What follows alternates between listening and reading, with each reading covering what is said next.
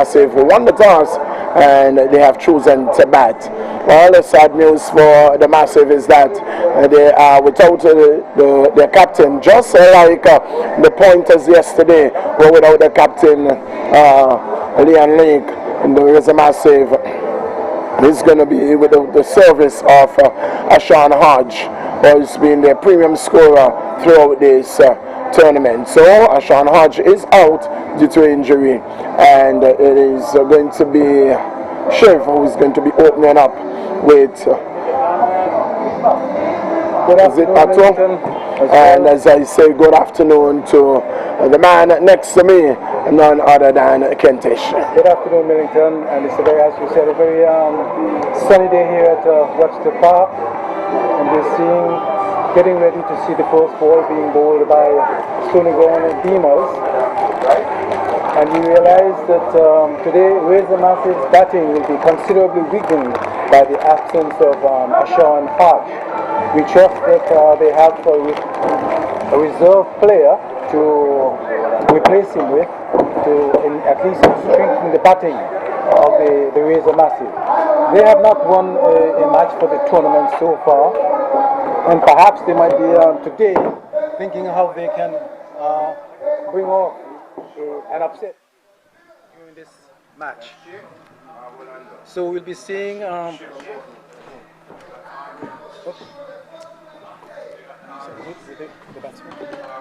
so it's going to be Shiva. Shiva is going to be opening up with Burton, and the bowler is Giovanni Gums.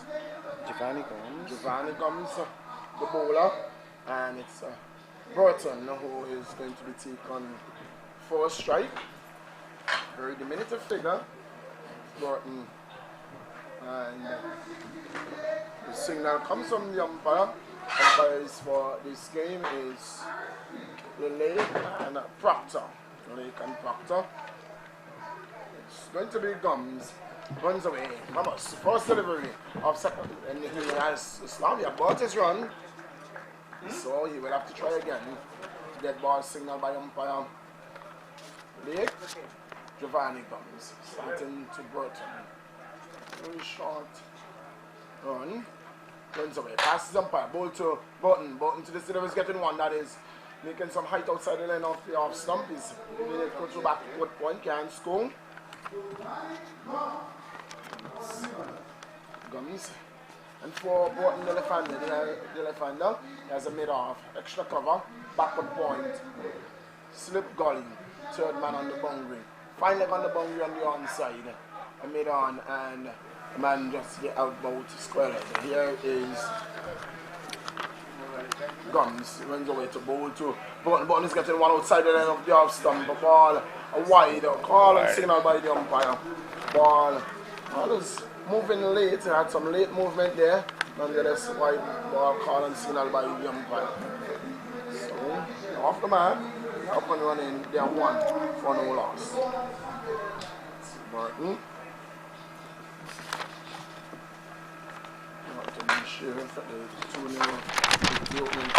It's Giovanni to bowl to Burton. Burton is hitting this one, pass gully in the air. Yannick Leonard and the man fumbling on the boundary, and he's going to allow it for 2 runs. So they're off the mat, they're off and running. Burton is on 2, and the total is up to 3. 3 for no loss. Semi-final number 2. Yesterday, in the semi-final game, we saw Downton Super Sixers securing their place into the final. And they defeated Pointers by some 66 runs. Here is Giovanni, runs away from us. Ball to Burton. Ball to Burton. Burton with an expansive shot outside the off stump. They've gone for 1. We'll come back for a second. And no, they have aborted that one, talk of that. And saying there that very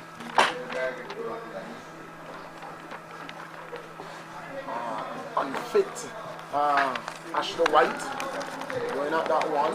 White is really not fit. You're seeing him, he's limping on the field. Remember after the last game he had to seek medical attention. He's not in the best there, but he plays with a lot of heart. It's going to be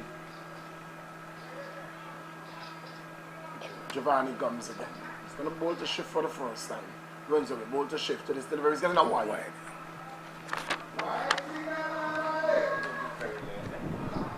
Giovanni normally will swing the ball. On this occasion, he started it wide and it went wider. So we'll have to. Something about his line. Length is not a bad, but his line has been all over the place. Here he comes, the ball to shift. To this delivery, he's getting one that is playing through backward point. Can't score. Don't know, he's interested in the run there. Shift said, no, there's no run there. There's no run there. I'm not going to take that chance at all. Score remains on 5 or 4.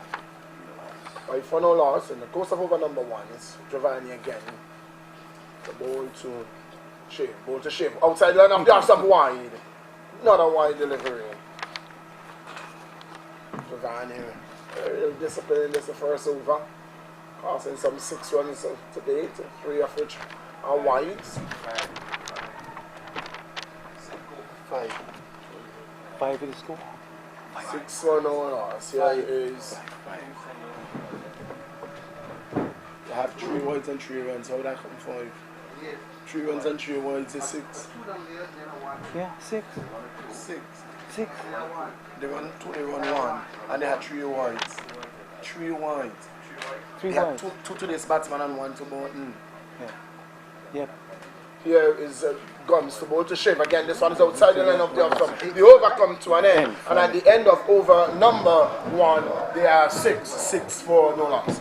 Well, at the end of Giovanni Gums' first over, the massive, they are 6 without loss. And during the course of that over, Gums' line was very much wide. There were 3 wides bowled in that over there. And Razor Massive benefited from a little indiscipline over there from Giovanni Gums. Hopefully his next over he'll find his line and length and be able to contain the Razor Massive more. So at the end of the first over, 6 without loss, Razor Massive. So far, so good. Let me see the start thus far. 3 of which were wides. It's going to be the Lanskalki, right off spinner from the far end. Going to be coming in from the city end and he's going to be bowling to the left-handed batsman Burton. And for Burton, he has a short third man, The BEAMERZ? a backward point, extra cover, mid-off, a slip, and on the onside he has a fine leg, minus sweeping in the deep mid-wicket boundary, a short mid-wicket and a long on. That's feel for the left-handed Burton.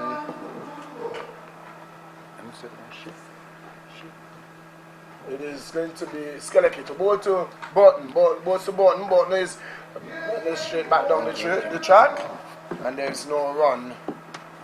So Burton is on 3. Shiv is yet to score. 6 for no loss over number 2. Here is Skeleki to bowl to. That's a loud appeal. Coming forward, rocking unmanaged the pad, and that outsays the umpire. Burton survives, fight on for the Razor Massive.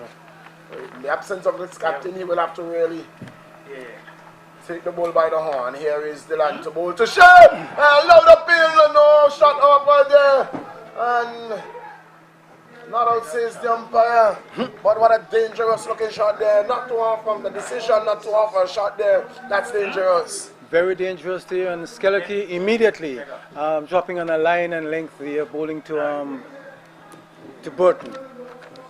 So he's putting some pressure on Burton there at the moment, and he is probably one of the mainstays of the Razor Massive batting during this, in the absence of Sean Hodge. Well, he will have to anchor the innings while getting a move on. Here is Skeleki to bowl to Burton. He's going on the track. He turned this one. The man of the mid-wicket boundary comes off. He's gone for 1. Will come up for a second. Danger here. And had that been a better throw, Burton could have found himself in some trouble there. No harm done. Score moves on to 8 and Burton to 5. 8 for no loss over in the course of over number 2. It's going to be Dylan Skeleke again to bowl to Burton. A very diminutive figure. So here is Burton bowl to Burton. Burton is playing this one on the onside, and the man from short mid wicket comes in and field, no run resulting. Ball was shadowed by the bowler. Not allowing any run there at all to be had. Score remains on 8. Here is Skeleke. To bowl to Burton. Bowl to Burton. Burton is hitting this one to the left of backward point. Goes to for a single. Gets someone easily too. And the total moves on to 9. Burton moves on to 5 to 6. At the end of over number 2, it is 9 for no loss. Burton is on 6. Shiv is yet to score. And that was a very tidy over ball there by Dylan Skeleke as usual. We had 2 very strong appeals for the LBW against Burton, which were turned down by the standing umpire there. So at the end of the second over, there is a massive 9 without loss. 9 for no loss. And they will have to look to capitalize on the power play. To get a push on. We saw yesterday. The Sixers batted first. Really made use of their power play, and so in the middle they were able to get a move on. Here is Trevor Gums again. This one is down the leg side, and again it's a wide. Another wide called by the umpire. The score moves on by 1 to 10. And so far we are just in the third over, and we have had some 4 extras. 4, and all of them are wides thus far. Bit of a little discipline here by Gums, not getting his line right at all. So a left and right-handed combination. Here is Gums to bowl to Burton. Burton is getting one outside the line of the off stump. That's a good delivery. It's a good delivery there.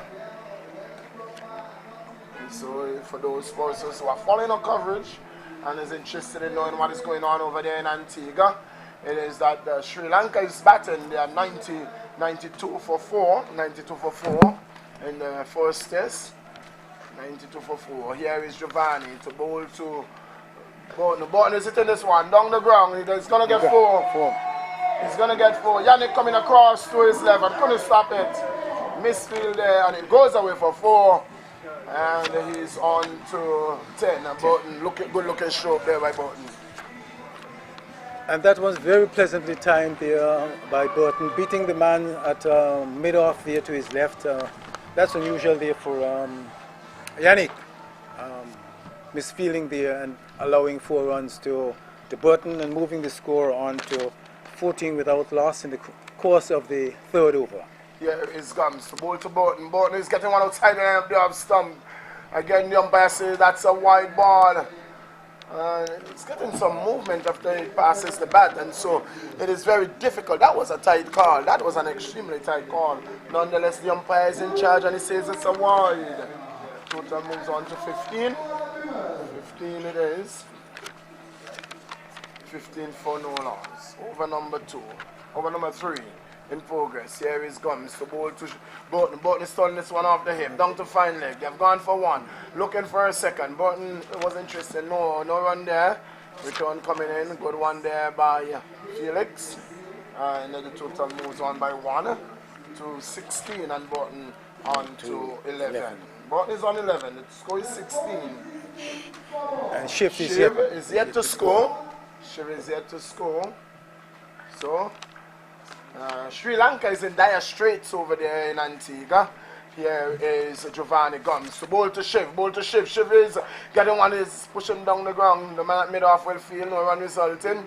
Sri Lanka is 92 for 5. 92 for 5. Taking on the West Indies over there in Antigua. Roach has picked up his second. Here is Giovanni Gums to bowl to Shiv. Shiv is good. A big shot there. It was into the ground. It goes over the top of the keeper. They've gone for 1. We'll come back for a second and we'll get it 2 quite easily. Shiv is finally off the mark. He's on 2 and the total moves on to 18. 18 for no loss. Well, not a bad start here. Yeah. Some 6 runs and over so far. And looking to press on, and we'll have to bat deep. Here is Gums to bowl to Shiv. Oh, that was a good delivery. That was a good delivery, but well played. Equally well played there by Shiv. That's a good delivery. It was tucking back into the leg stump, the middle leg. Shiv got his bat down and got it to the onside for one. He's on 3, and the total at the end of over number 3 is 19. 19 for no loss. 19 for no loss at the end of the third over, and that was, we see there Giovanni Gums having some problems bowling 2 wides in that over, and to end it all he bowled a very good Yorker there, which Shiv just narrowly kept out of there. Yes, tremendous delivery there. That one came back from just about the fourth stump, and when Shiv played it, it was looking to hit between middle and leg. It's a beautiful evening. Semi-final number 2. The Farrington Super Sixers, they are already into the finals and has one hand on the trophy. Here is Dylan Skeleke to bowl to Shiv, bowl to Shiv. Shiv is getting a one wide down the leg side. Well, in just the fourth over, we have 5 wides thus far. That's almost an extra over. 6 wides. Well, it's almost an extra over ball, and we are just in over number 4. It's going to be Skeleke to bowl to Shiv. Bowl to Shiv. Shiv is getting one that is lying on the pad, and played it down to short backward square. Gets one. Score moves on to 21, and Shiv is on to 3. Brings the left-handed batsman Burton on strike. He's on 11. 3 or 4? 21 for 21 for no loss. Over number 4. Here is Skeleke to bowl to Burton. Burton is using his feet and looking for an expansive shot there, but the ball came off the inner part of the bat. It seemed to be the toe of the bat. And going on to the onside there where Baba is, and there is no run. Short mid-wicket. Here is Skeleke. Right arm around the wicket. Bowling to Shiv. Bowls to Shiv. Shiv is using his feet. Turn this one to square. He's round for 1. We'll come back for a second now. Shiv is interested, Burton is not. Good work there by Giovanni coming off the boundary, limiting the batsman to just a single. Moves Burton on to 12. Moves Burton on to 12, and the total moves on to 22. 22. Goes up over number 4. Skeleke again. Moves away from the city and to bowl to Shiv. Bowl to Shiv. To this delivery, Shiv is looking to give himself room and then get back in line and playing it down the ground for the bowler to field. No run resulting. 22. 22 for no loss. Here is Dylan Skeleke to bowl to Shiv. Shiv is a loud appeal off the pad. Looking for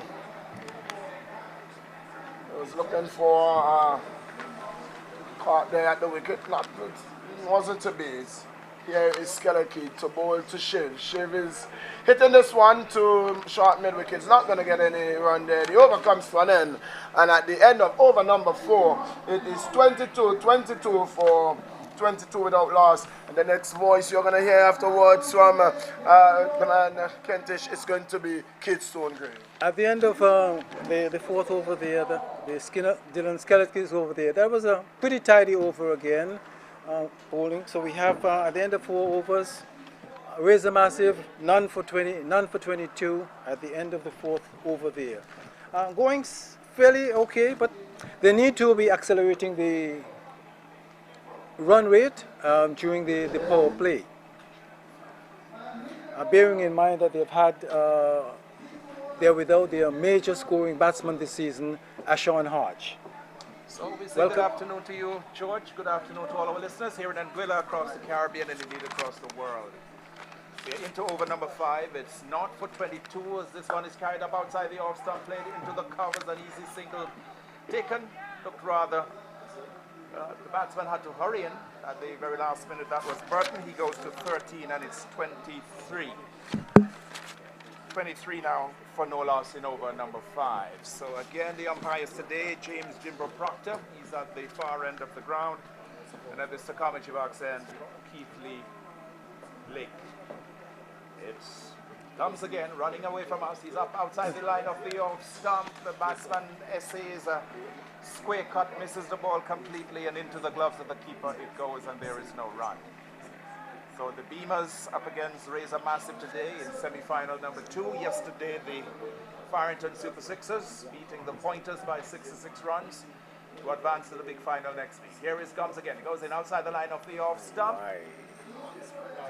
This one, we thought the umpire would have called a wide. The batsman didn't play stroke him well across and allowed it to go through to the keeper. And I thought that was a wide. Looked pretty wide from this position. But the umpire is in the best spot. He goes in now, outside the line of the off stump again. A wide is called this time. It's called a wide by the umpire. And he's getting some consolation here from the small batch of spectators here for not calling. It's 24 for no loss. Razor Massive is over number 5. Beautiful day for cricket here today. White puffy clouds, lots of blue skies, gentle breeze coming out from the east. What a glorious day for cricket. Here is Gums as he goes in now and throws this one to Benjamin outside the line of the off stump again. He looks to hit it through the offside field, misses the ball, and it goes through to the wicket keeper. Just to slip a point, a third man. There's a cover, extra cover, mid-off, mid-on, straightish mid-wicket. A man out on the deep backward square. As Gums goes in and bowls this one short, and he hammers this one, but he comes powerfully out to the man at mid-off. They hustle through for a run. That is Benjamin takes him on to 5, and the score on by 1 to 25. It's 25 in over number 5. 25, Burton and Shivnarai Benjamin opening here for the Razor Massive, winning the toss and batting here in this semi-final number 2. We are looking at Giovanni Gums operating from the Stokomachi box and in brilliant sunshine. He goes in now and bowls outside the line of the off stump. Perhaps got an edge onto it, went behind the back of the keeper. We'll wait for the signal. No, it's a bye. So he didn't touch it at all. 26, that one certainly scuttled across the turf. Kept very low indeed. He missed it completely. 5 overs completed at the end of 5, George. It's 26. 26 for no loss, and we see there Giovanni Gums continue to have problems with his line and length during the course of that over there. Nonetheless, we noticed that Razor Massive, they're not scoring at a run rate that could be competitive at this stage of the game. All right, so Skellicky will continue. Skellicky and Gums starting here for the Beamers. Skellicky operating from the southern end of the ground, and we have Giovanni Gums operating from the northern end of the ground. The batsman is Burton. He's on 13, 5 to Benjamin. It's 26 for no loss after 5 overs. The Razor Massive of Island Harbour winning the toss and batting. They're still in search of their first victory in this competition. Skellicky is in and bowls a good delivery. There was Burton charging down the pitch, but finding the ball much too close to play that forcing shot. Came off the inner portion and into the onside. So just a slip, there's a backward point, there's a cover, extra cover, mid-off, long on, straightish mid-wicket, short backward square to mid-wicket. That's the feel for the right arm. Skellicky from the far end goes to Burton, who comes onto the front but plays it past the man at mid-wicket. The deep mid-wicket comes off the boundary. And another run for Burton takes him to 14, and it's 27 now. 27 for no loss. Razor Massive in over number 6. Skellicky changes his line of attack, sends back the man at mid-wicket, right back on the rope. Just a solitary slip, the keeper standing up. Short third man. Man at point. Cover mid-off as Skellicky floats this one up and is driven powerfully by Benjamin. The man rushes off the long on boundary, fields well, and it restricts the batsman to a single. Benjamin is on to 6, and it's 28 now. 28 for no loss. Over number 6 in progress. Field just rotating here to accommodate the left-hand, right-hand combination. Burton, who's on 14, taps, looks up, number 3 on his jersey, short, diminutive figure. Looks up as Skellicky comes around the wicket to the left-hander, outside the line of the off stump. Again, he's looking to force it through the offside.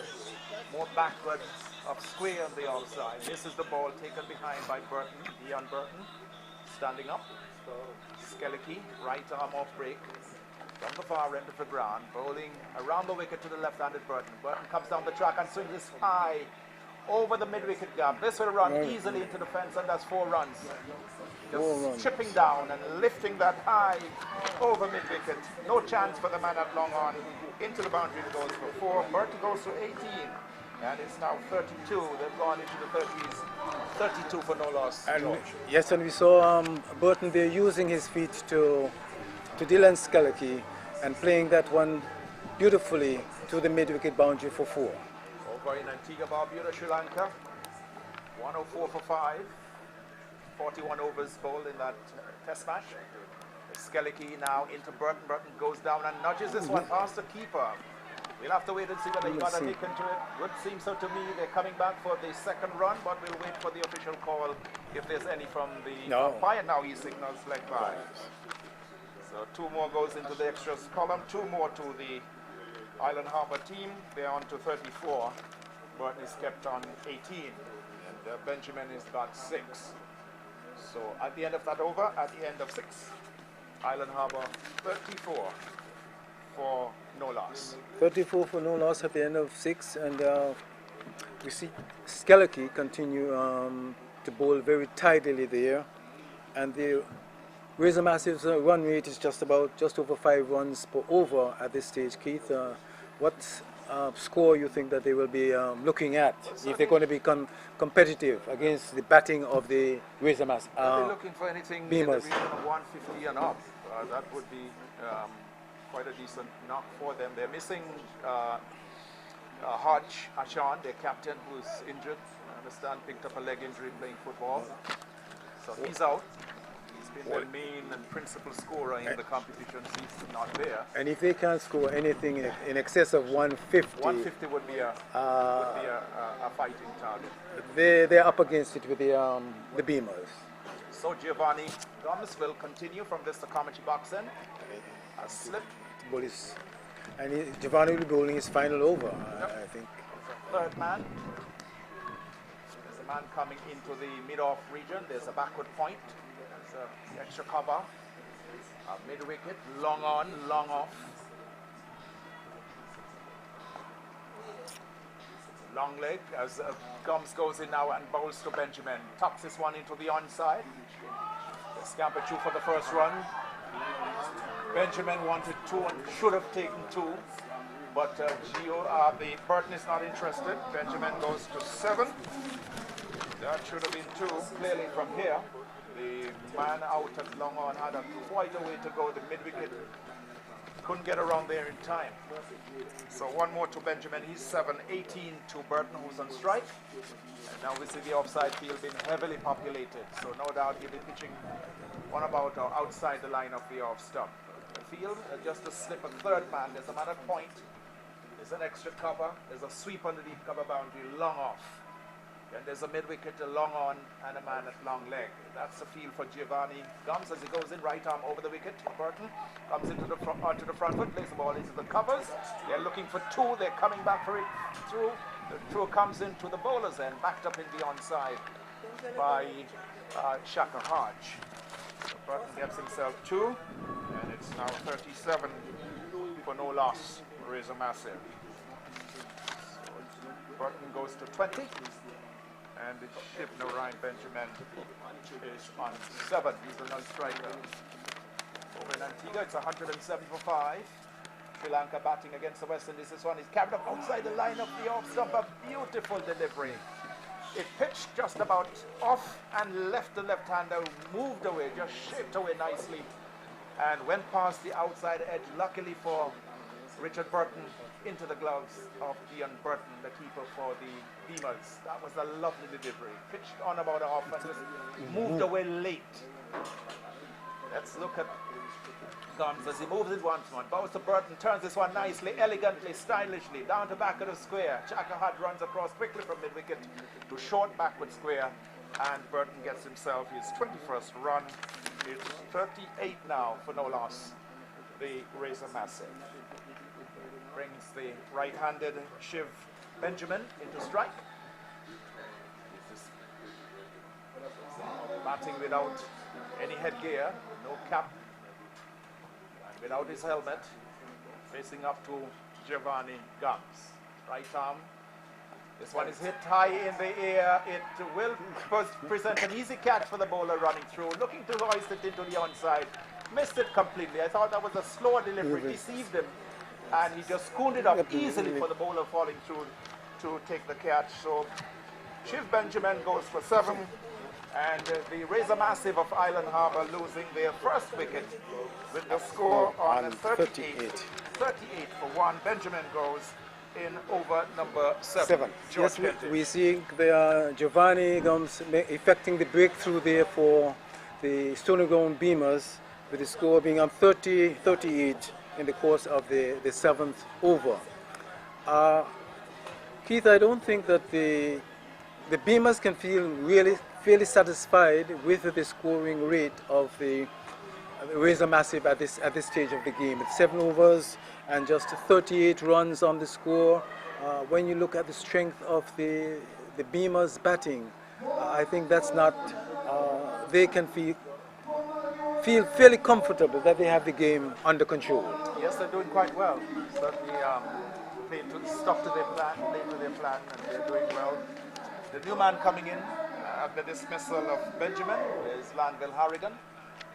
So Harrigan comes in, wearing the number 25, blazoned across on his jersey, goes into the middle, sweeps away some loose debris.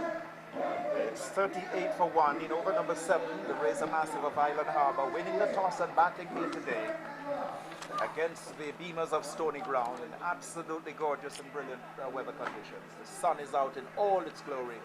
What a lovely picture, and we are hoping that we'll have a bumper crowd here this afternoon to witness. Semi-final number 2 in the APL. Of course, the big final is set for next Sunday. So Giovanni Gums, the man who's been rewarded as success to the wicket of Benjamin, and Lanville Harrigan takes guard from umpire Keith Lane. And well, Giovanni has had some problems with his bowling so far.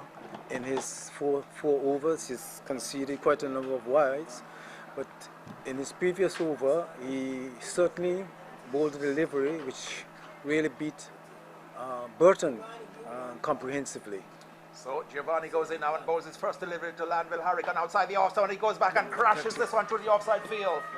They take one. This would go pretty close to the rope. It does so just inside the rope, and they collect 2 runs. And that is the old vintage Lanville Harrigan, short outside the line of the off stump, and he was back onto that back foot, a powerfully built figure, and just stroked it very powerfully through the offside field. So he's off the mark immediately. Lanville, he is on 2, and at the end of 7, it's 40 for 1 Razor Massive up against the BEAMERZ. All in all, Keith, I thought Giovanni Gums bowled pretty well for his 4 over spell, despite the wides. And you're looking at Razor Massive just scoring 40 runs off their 7 overs. The BEAMERZ could feel quite satisfied with the performance of their bowlers to date. And we're seeing Dylan Skellecky continuing to bowl from the northern end. And at this time, let us say hello and welcome all our viewers in Miami, especially. We welcome you to viewing the T20, the semi-finals of the Anguilla Premier League T20 competition here at Webster Park this afternoon. So Skellecky will continue from the far end. Over number 8 is about to start. He'll be bowling to Richard Burton, who's on 21. Lanville Harrigan is on 2, leaning on his bat at the non-striker's end. So they feel pretty much spread now for Skeleke. This should be his fourth and final over. This one is turned into the an attempted turn into the onside. This ricochets off the pad into the onside, and there is no run. So just to keep us standing up, short backward square, deep mid-wicket. A man fought on the deep square leg boundary, long on, long off, short extra cover, man at point. There's a sweeper.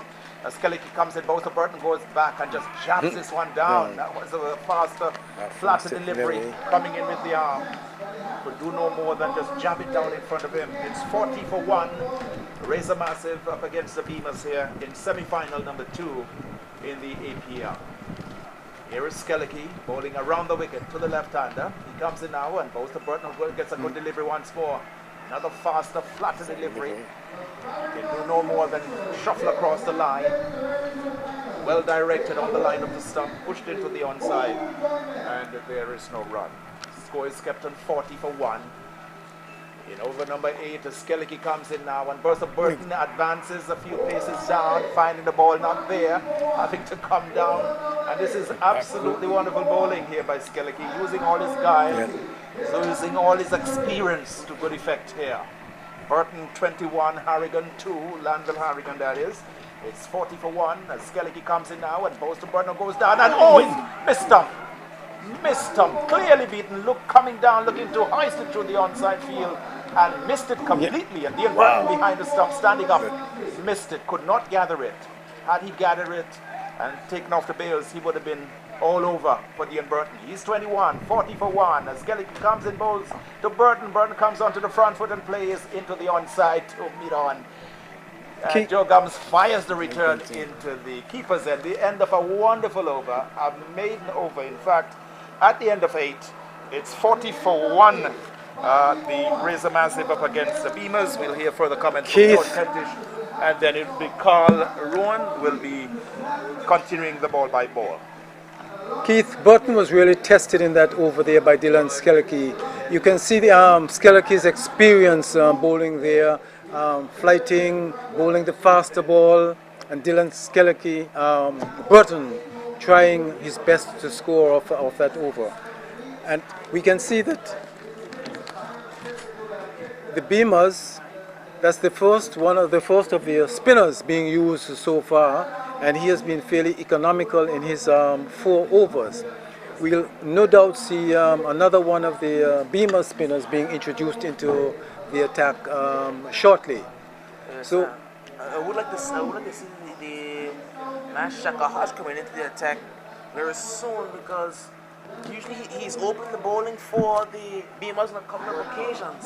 Well, does it appear that Shaka, as your request seems so is being granted, is Shaka coming into the attack from this northern end? I believe it will be Shaka Hodge. And we have seen that throughout the competition so far, most of the teams they have had difficulty scoring freely against the spin attack of the Stoney Ground Beamers. Yes, and omission from the Beamers lineup is the man Wazim, a left-arm spinner. As you're seeing Shaka using some of that veteran knowledge there. Just keeping Burton a bit honest, but with Wazim in this part of the lineup, it forces a change in the plan for the Beamers, as it's Shaka Hodge into both a level is forward, and this one may be off the pad, but not out, says the umpire. So Shaka Hodge, the right arm off spinner for the Beamers, working away from the commentary box, passes the umpire now into both the line, but Harrigan is forward and almost taken there by Dion Burton. Good work behind the stumps and almost getting that one there, driving forward with the left hand, almost takes a blinding catch there. You see Shaka is extracting some bounce out of this surface. And a little turn. A bit of turn as well. He's making some adjustments in the field. He's now working away to bowl to Landville Harrigan. This one is clipped away down towards the square leg region. A good stop there, but short square leg, and they will only get a single. So this moves on to 40 now, I believe. 40 to 41. 41. Corrected. 41 for the loss of 1 wicket.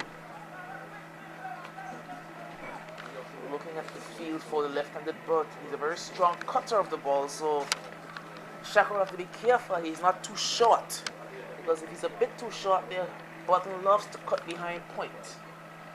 But looking at a sweeper on the offside, a long off a long on, and a deep mid wicket along with a deep backward square leg. There's also a slip, a short extra cover, a short mid wicket, and a point. That's the field set for Richard Burton, actually. The native left-hander. Shaka Hodge. Right hand over the wicket to ball to Burton. This one is down the leg side, and Burton looking to play a very defensive stroke. Going into a very stylish block there. That was the leg side, they won't get a run. Score remains at 41. 41 for the loss of 1 wicket in the course of the 9th over. Shaka Hodge. The ball to Burton. Burton he's stumped! Is he stumped? The umpire has not made a signal. There's the signal, and there's the end of Richard Burton. That's great work behind the suns by Dion Burton. Very quick work here. Take off the bails, and Richard Burton has to go. There we see Shaka Hodge bowling a very tidy over to young Burton there, and having him stumped by the wicketkeeper. A very smart bit of work by the wicketkeeper there. He was looking for that stumping pretty much for the entirety of Burton's innings, but he does need to play a bit advanced out of his crease, trying to get to the pitch of the ball faster, and in the end it may have cost him there because Shaka just beat the Marlins up, and Dion Burton did well to take off the bails. So it's 41 for 2 at the end of 9. Shaka was bowling from the time he started it over. He had a very good line and length, and Burton felt constrained in his stroke play, so he tried to be more aggressive and pay the price of losing his wicket. Looking towards the regional side of things, for those interested in what's going on in Antigua, currently Sri Lanka are 116 for 5 in the course of the 45th over. Nirshan Dikwela, who is on 12, and Lahiro Ramani is on 52. So you might say advantage West Indies? At this stage, the first day so far, I think it's been good work, and they can feel pretty comfortable with their performance to date. So, just seeing some instructions sent onto the field there by the BEAMERZ, and they're not getting a bit of instruction because his introduction into the attack will be very crucial for the BEAMERZ bowling attack. He is their leading wicket taker, I believe, and he's been probably one of the highest strike rates in the tournament. How fast he's able to pick up wickets, and he's very aggressive in his wicket taking ability.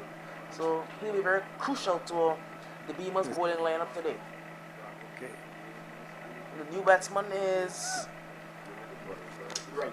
That's Rolando Wright, the new batsman for the Razor Massives. Right, surveying the field. It's a very similar field to that of Richard Burton, just for a right-hander.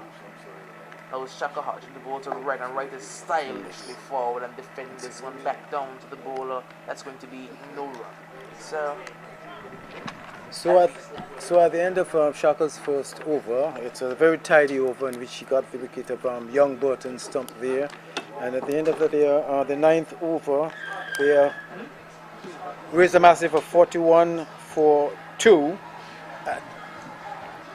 What do you think the scoring rate?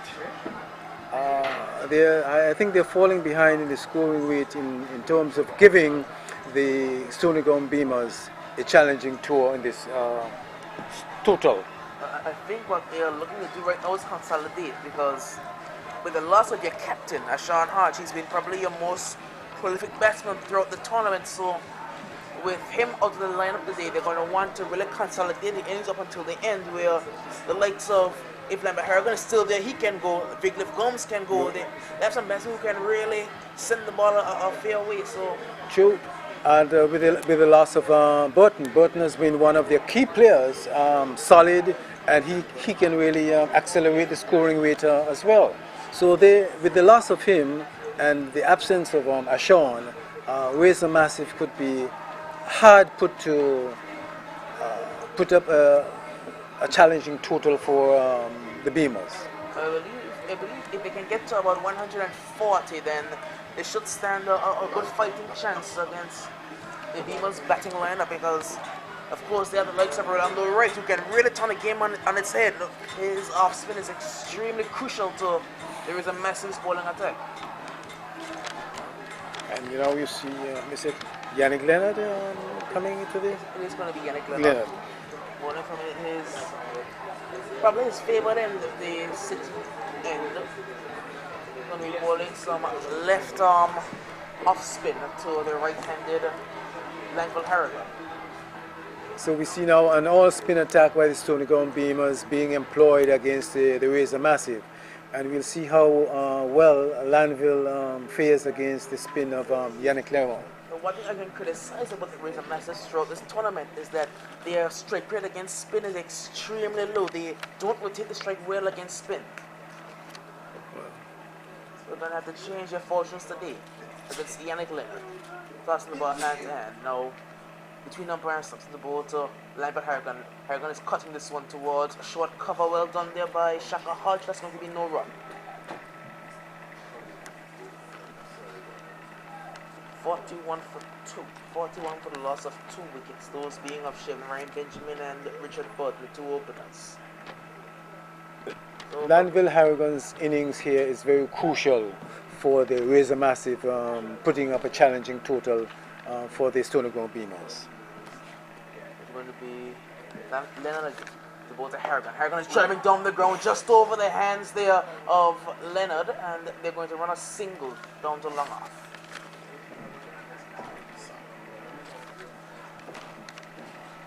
So 42 the score moves on to now, and Harrigan is, I believe, on 4.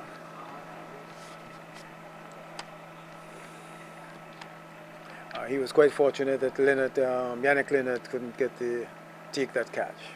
Because Leonard had jumped, but he hit the ball pretty powerfully. Pretty sweetly, I have to say. And again, right, he's forward stylish. They're not playing it into the onside. They won't get 2 runs, but they will get a single. So I believe Wright has his first run. Correct. The score is 43. 43 for the loss of 2 wickets. Into over number 10, into the 10th over. And the Beamers, they'll be proud of their bowling performance so far. Leonard again, between umpire and stumps, into ball to Harrigan. Harrigan is cutting this one into the ground. And it's going to be no run. Well judged there by Burton to get across from behind the stumps.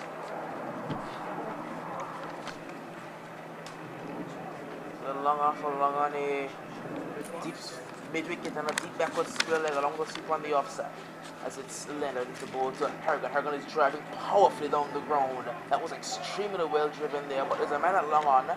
That will only be a single. Brings the right-handed Rolando right on the strike.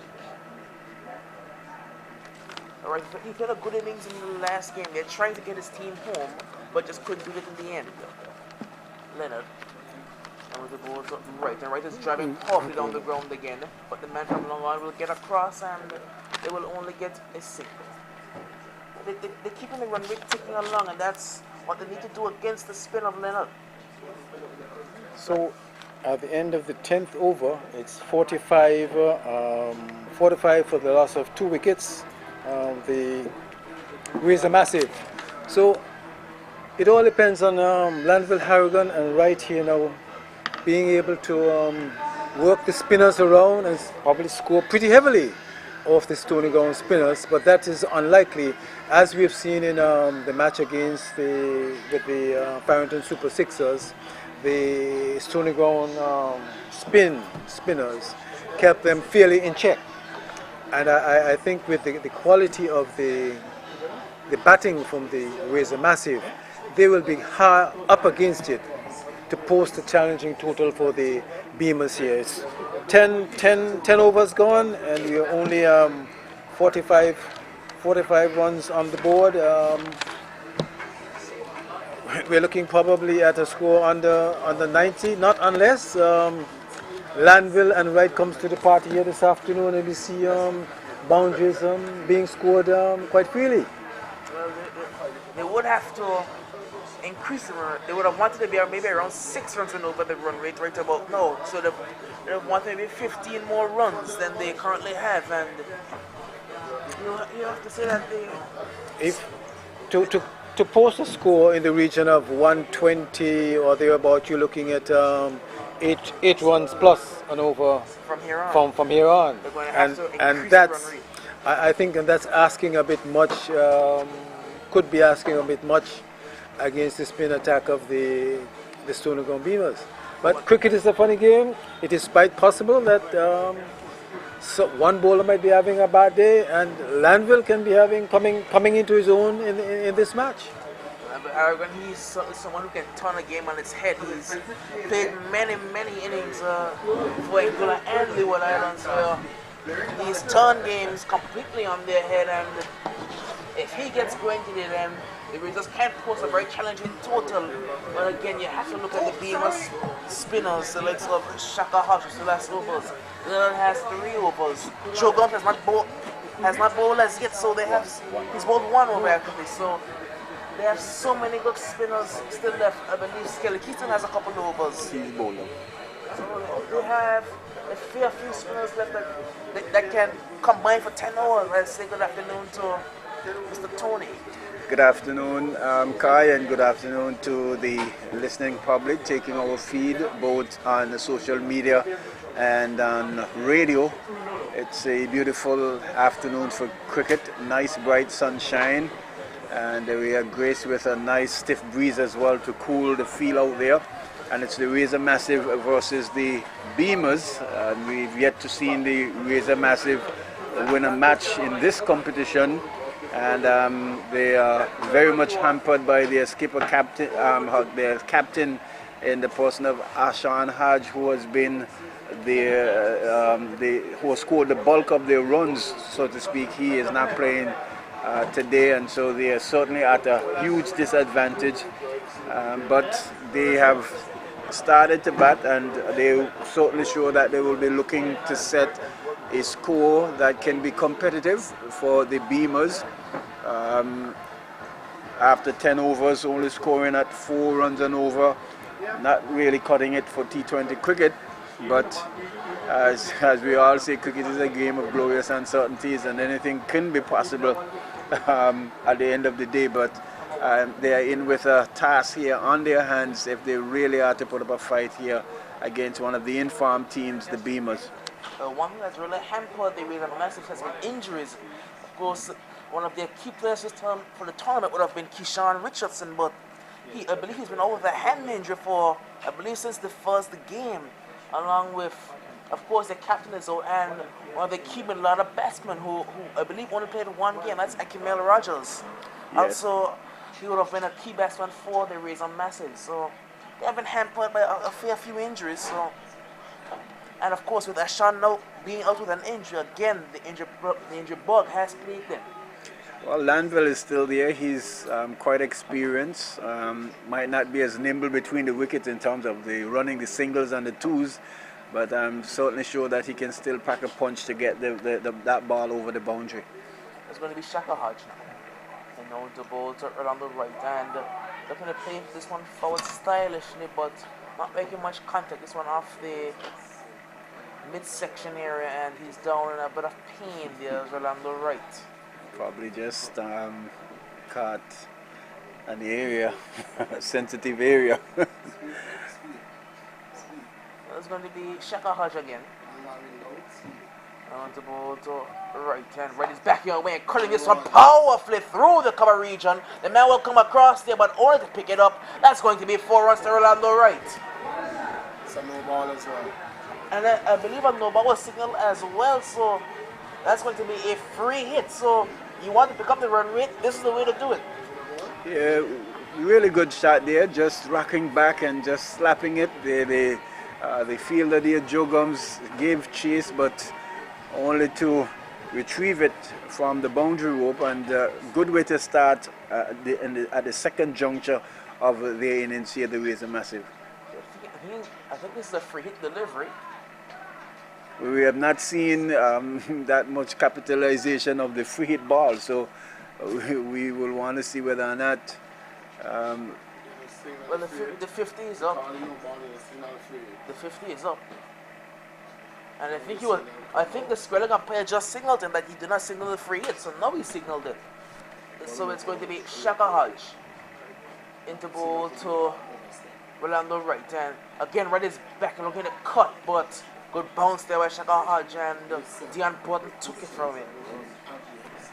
So we've not seen a lot of connection on those free balls at all. I doubt if any one of them has gone to the boundary as yet since the inception of this tournament. So very good bowling and not so good batting by the batting teams. Well, now they're making an adjustment. Now a man has come from the leg side and has gone over to the super boundary on the offside. It's going to be Shaka Hodge. With the ball to around the right. This one's driven high down the ground. Doesn't get the power. It means a man is coming under it. It's Leonard. He's a long off fielder. They both collide, but Leonard takes the catch. There wasn't much communication there that took place, and Leonard is down in a heap, and it's not. I think it's a leg. It's not looking good. Not looking good for him at all. But he did well to hold on to the catch there. Him and the long off fielder coming across, they both went for the same ball. Not held on, but he did take a brunt of the blow there from the long on fielder. Yes, certainly. The ball was hit, and I thought he was actually coming all the way. I thought I would have had a chance to catch that one, but the two fielders converging, looking at the ball and keeping their eyes on the ball, making sure that they would have had it covered. Leonard was the man who had got there first, and the other fielder coming around there while still focusing on the catch.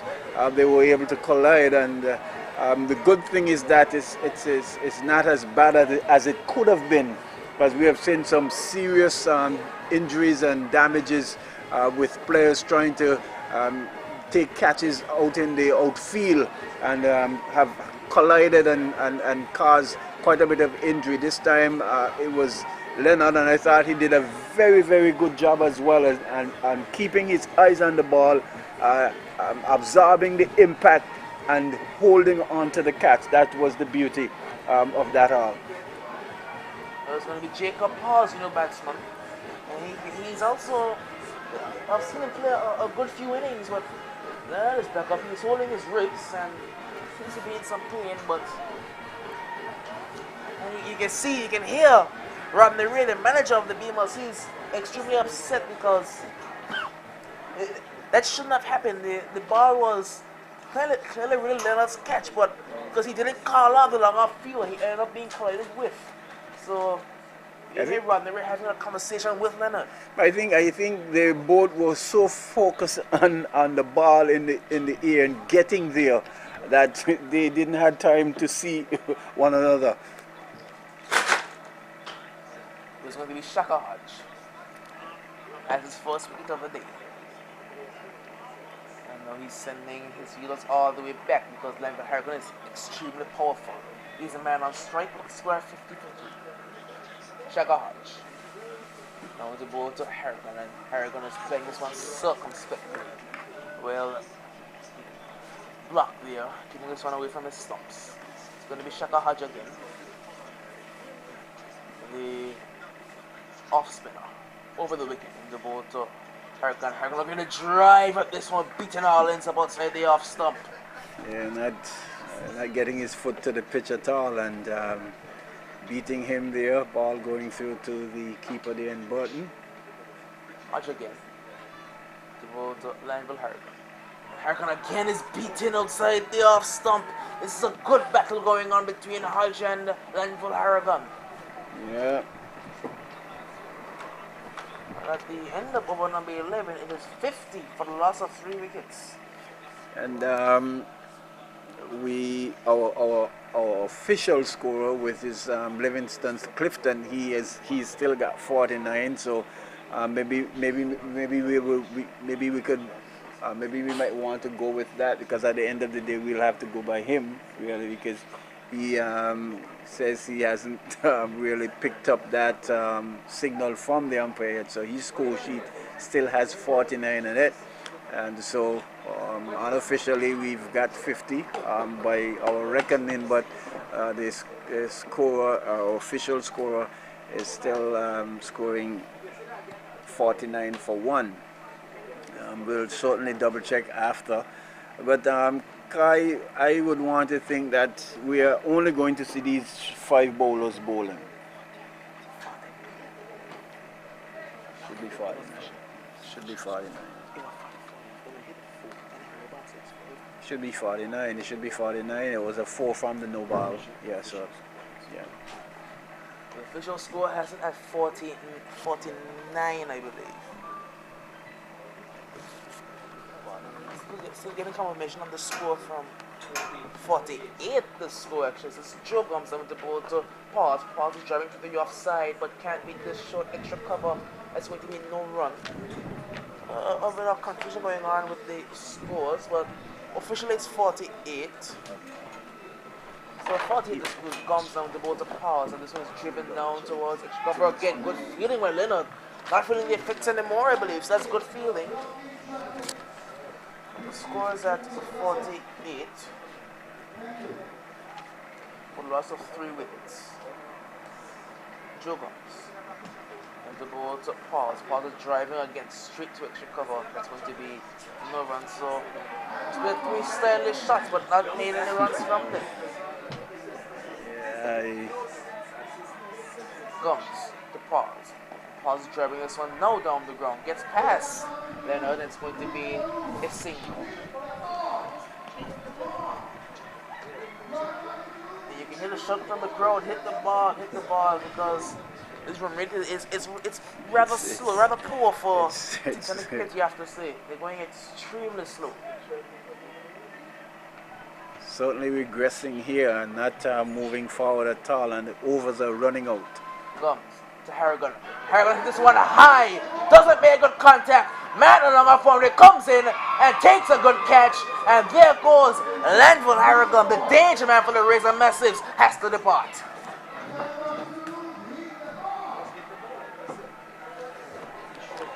Well, he tried to hit it and tried to hit it out of the park. Didn't get a hold of it as he would have liked. And the fielder down there at the long-off came in and took a rather simple catch because the ball was in the air for some time. Not a lot of power, but a lot of height. And there goes Landville Harrigan, and the Razor Massive certainly in further trouble, losing is that their 3rd wicket, their 4th wicket actually, and so not really good going here at all for the Razor Massive. And as I was mentioning, so far the BEAMERZ, they have used a quota of 5 bowlers so far, and I would want to think that we won't see anybody else bowling any more overs other than these 5 bowlers. Skellicky so far has bowled out. He has bowled his 4. Gums as well, he has bowled his 4 overs. And we have Joe Gums, he's in his 2nd over now. And Hodge so far has bowled 2, along with Leonard 1. I'm thinking that's just going to be it for the day here for the BEAMERZ. Especially with Ashley White being injured right now, so he won't be bowling today. So I believe that it's going to be spin for the rest of the day.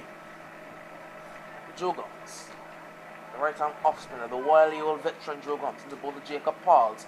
Pauls is driving this one to the offside down towards the man at the super boundary. That should be a single take-in.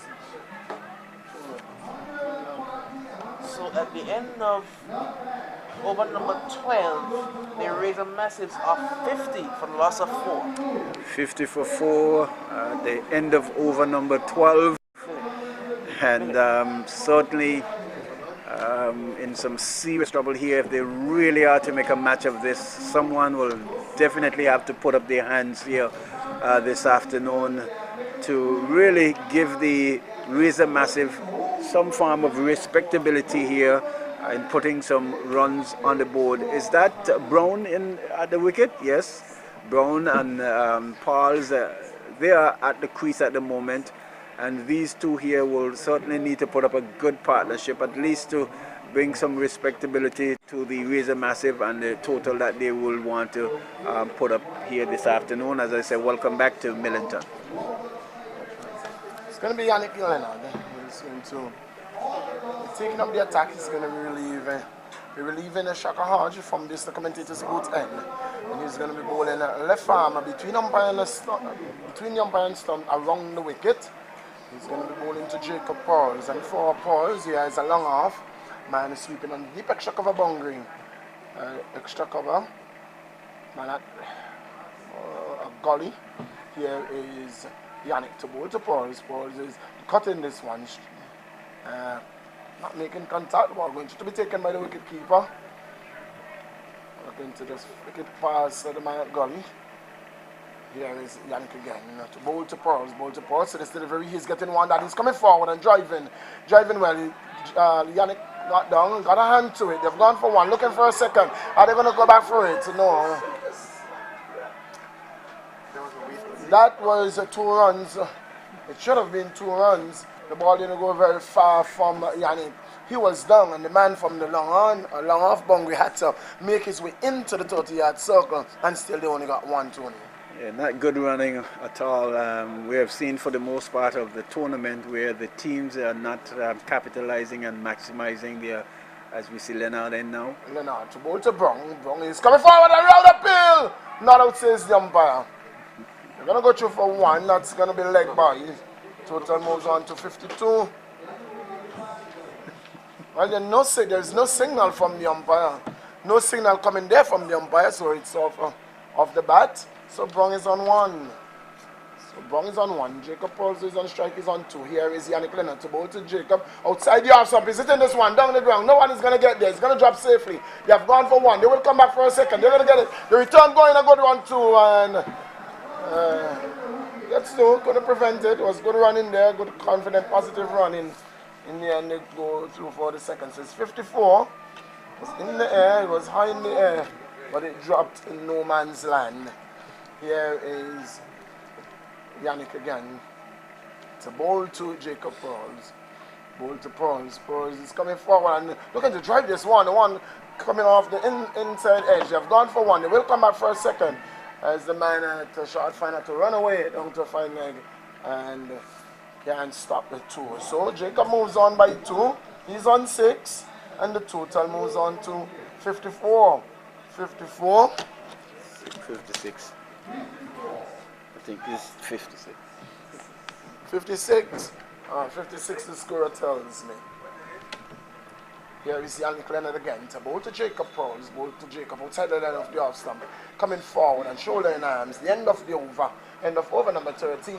And it is the Razor Massive. The Razor Massive 56. 56. 56 for 4. 56 for 4 at the end of 13 too. 56 for 4, very, very slow going. 7 more overs. That's 42 balls, and we have yet to see a boundary. The last time we would have seen a ball going to the boundary was just after the water break, and we have not seen too many balls being heading the boundary route. And if they really want to put up a good score here, they will definitely need to try something totally different. Whether they will have to at least get maybe 6 runs and over via the single or via running. If they can't afford to get the ball over the boundary, they will definitely need to make a move here. And there are acres of space to get singles. Here is Joe Guns. He averts his run and he will have to try again. He goes back. At the city end, Joe Guns is going to try again. He's going to come away to bowl to Brong. Bowl to Brong. Brong is getting one that is an expansive shot outside the line of the off stump. Brilliant feeling there by Shaka Hodge. Really flinging himself, launching himself to his right and pulling off a magnificent save. And batsman had to scamper back into the grounds. Here is Joe Guns again outside the line of the off stump. Again, Brong is cutting. No run resulting. Ball going to be taken by the wicket keeper.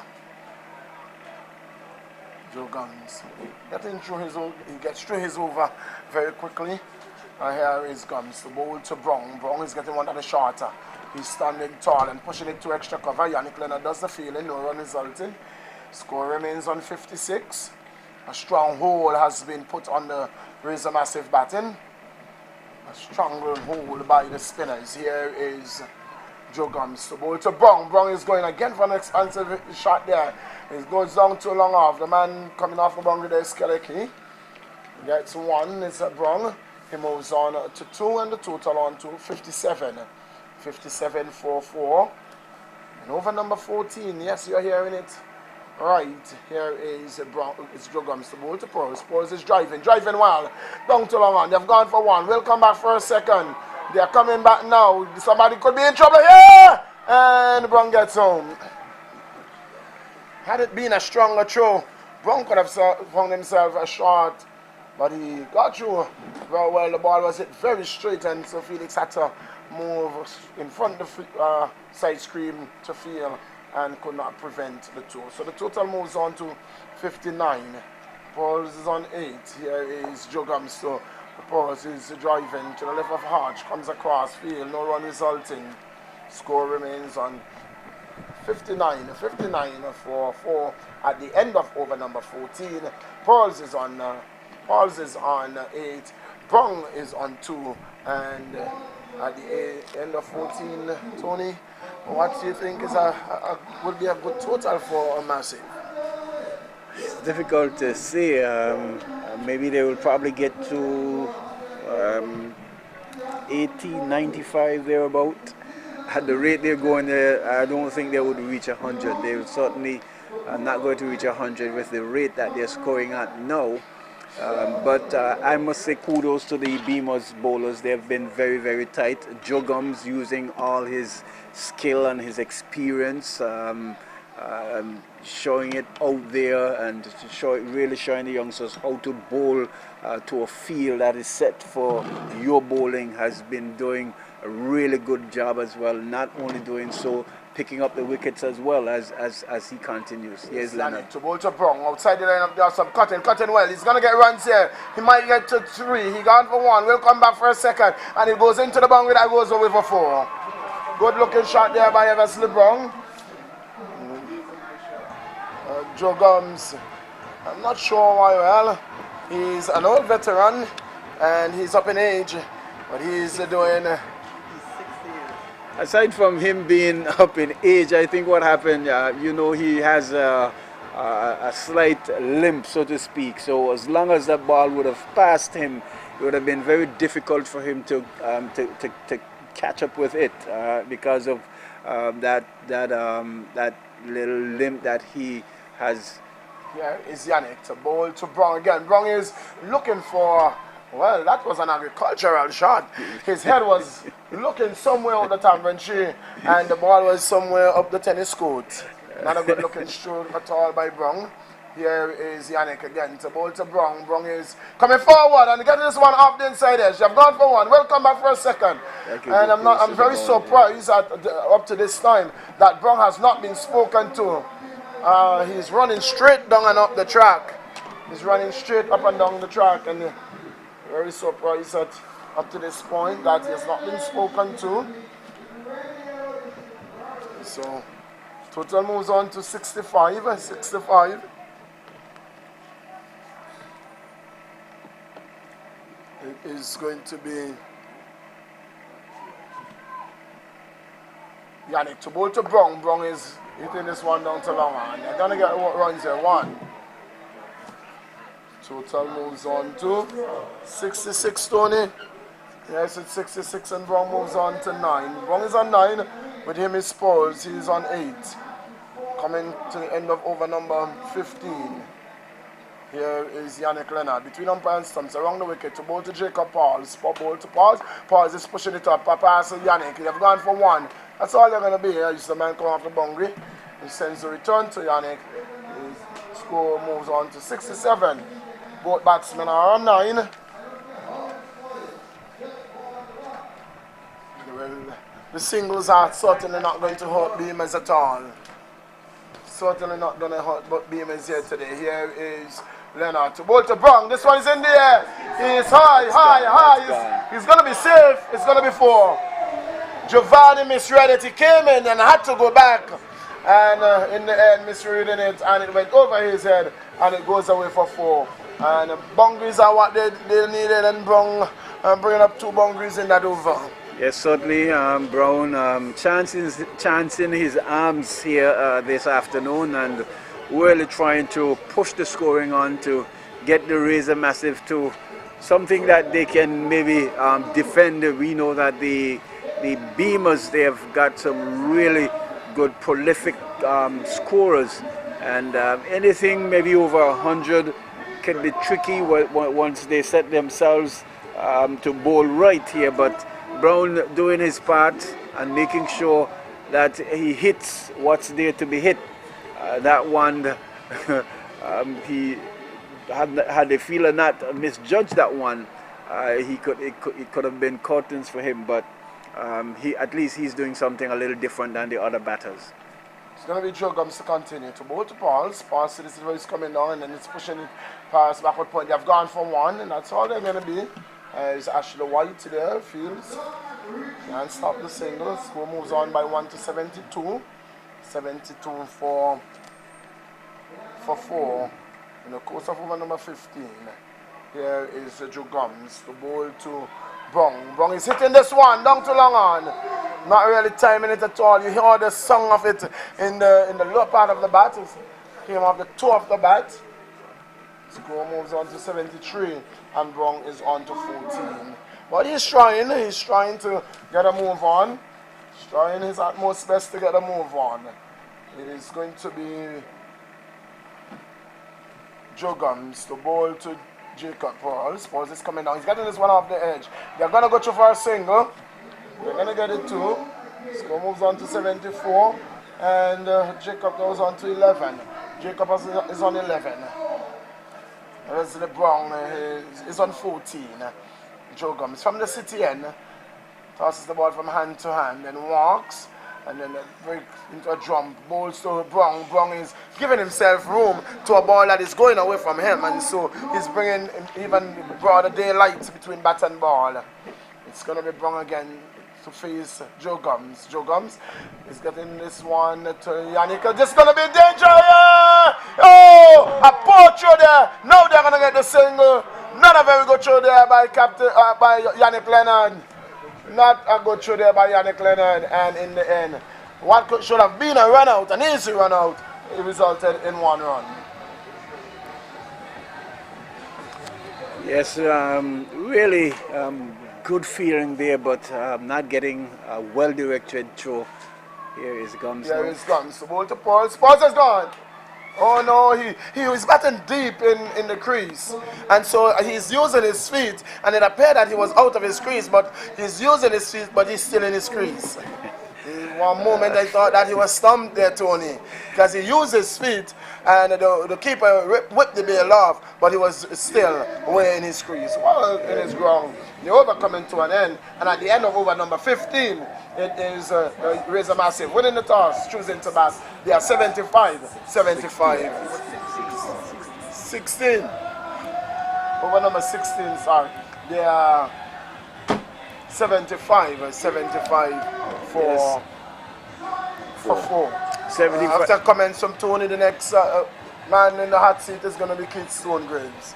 So 75 for 4 here at the James Ronald Webster Park in the second encounter, the second semi-final match between the Razor Massive and the BEAMERZ.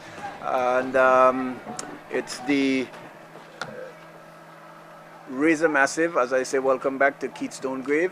Thank you very much. Shaka is in now and balls to Brown, who hits this one high in the air. Into the cover it goes. They should get 1. They turn it for 1, I should say.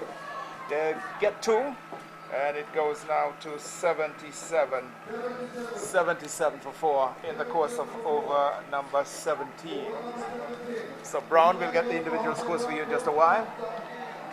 And have an apology for the mom of Kai, Brian. Got it right this time, Mom, so I sincerely apologize for the mispronunciation of your son's name. Shaka Hodge is in now and bowls this one to Brown, who turns this one down to backward, straight forward with the square leg umpire. And just backward of the square leg umpire gets himself another run. It's 77 now. 7-7? 8. 7-8. Tony has corrected me. 78 for 4. Over number 17 been bowled by Shaka Hart. Right arm over the wicket. Both of Paul, so goes back and squares this one through the offside field. Gets a single. And it's 79 now. 79. Disappointing performance. Certainly the spectators came here to have a little showdown this afternoon. But the massive really not producing as one would have liked here. Their fans would have liked this afternoon. But good bowling. No discredit to the Beamers. Shaka goes and loops this one up and Brown hits this one through the mid-wicket area. They've gone for one. And that's all there'll be. It's 80 now. So we've gone into the 80s. 80 for 4. Still in the course of over number 70. It's Pauls and Brown as Shaka goes in. Right arm over the wicket. Both of Pauls who turns this one and down the onside. A short backward square. They scamper through for a run. 81 it is now. 81 for 4. Shaka Hart still continues from the commentary box there. Glorious, beautiful afternoon here at the James Ronald Webster Park. Ground bathed in sunshine. Very parched outfield as Shaka goes in now and bowls this one wide off the off stump. The signal comes now from the umpire, Keithley Lake. 82 it is, 82 for 4. The individual scores we'll get for you. Peter Pauls has... We'll get that for you in just a while as Shaka goes in at both of Brown who swipes at this one. Massive swipe, a heave if you'd like, misses. It's the end of the 17th over. At the end of 17, it's 82 for 4. Tony? 82 for 4. Keith, the Razor Massive, trying to make something of score here, at least to give the Beamer something to chase at, but not doing a good job at it at all. I think they have missed their captain and one of their most prolific run scorers in that of Ashan Hajj, and it's certainly telling in their performance here trying to set a score for the Beamers. And I think you've summed it up very accurately, Tony. You've certainly missed Ashan, who was out with a leg injury in a football game, suffered an injury. In fact, his mom told me that he has the plasters on. So he said good afternoon to you, Ashan. You're certainly missing here today. Certainly missing, the team certainly misses you being in action here today. Peter Pauls, as Joe Gums continues from the far end of the ground. The breeze picking up, coming out from the east. It's 82 now. This one is driven through the onside field, out to long on. They've taken one. They're going for the second as there's a fumbling in the deep, so they get 2 more runs. 84 for 4. This is the 18th over. We'll get the individual scores for you as Tony goes across to the scorer's box, and we'll get the individual scores in just a while. So live Gums live being here, and also MegaCharles54 on YouTube. This one is driven powerfully out to long off. There's a man posted there. Another run for Peter Pauls. He's on 17. Pauls is on 17. And Brown on 85. 19. And Brown 19. Brown 19. So Pauls 17, Brown 19. It's 85 for 4 in over number 18. Joe Gums from the far end in. And Brown goes back and hits this one through the offside field. This will go into the boundary, no doubt. That's 4 runs. Short, slow delivery outside the off stump, and Brown went back and crashed it through the offside field over the head of extra cover. It raced into the boundary. Brown goes to 23, and it's 89 for 4. Good shot, Tony. Good shot, very good shot there by Brown, and I can say kudos to these 2 batsmen as well. They've been really trying their darndest best to really push this score on, and have been doing so quite nicely with the limitation and the tight bowling of the Beamers. They have done a pretty good job. All in all. So we see Shaka going back to deep extra cover, right back on the boundary now. No slip. Short third man. Sweep underneath cover boundary. Deep extra cover. Long off. Orthodox extra covers. Joe Gums goes in both to Brown, who turns this one out to mid-wicket. The scamper for the single. The throw comes into the keeper's end. The bails have been taken off. But Brown gets his 24th run. And it's now 90. 90 it is for 4 in over number 18. So Brown goes to 24, and Pauls, who's on 17, comes into strike. Umpire James Jimbo Proctor, arm outstretched. Joe Gums has to go back. So Pauls is on 17. As Joe Gums goes in, both. So Pauls goes down and hits this one high over mid-wicket. This could go into the boundary. That's probably 6. 4-run signal by the umpire. There's some folks in the box who are saying it should be 6, but the umpire and the fieldsman would decide this. But this one was powerfully struck by Peter Pauls. The umpire's signal is 4, and that is what he's looking over to the fieldsman on the mid-wicket boundary, just to confirm he's settled, and it's 4. So Pauls goes to 21, and it's 94 now for the loss of 4. As Joe Gums comes in, both to Pauls, and Pauls goes down and hits this one high in the air, but straight out to long off, goes over his head, and that is 6. 6 runs. The man at long off settled onto it. He left in the air, went over his right hand and over the boundary rope. 6 runs to Pauls. Pauls goes to 27, and the 100 has now been posted.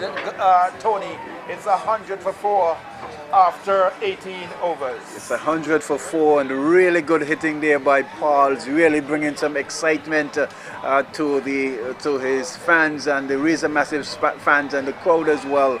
But well needed for the Razor Massive. They have reached 100. At one point we thought that they probably would have only gotten to like 90, 95 thereabout, but good hitting from Paul. They are taking advantage of the bowler there in Joe Gums in his final over, and really playing some good shots for his team. First time in the competition we've seen Joe Gums been roughed up. Yeah.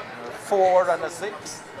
The Pauls showing his worth to the Razor Massive team. 100 for 4, exactly 100 for 4. 18 overs of the 20 have been completed. That's the end of Joe Gums' 4-over spell. Pauls is 27.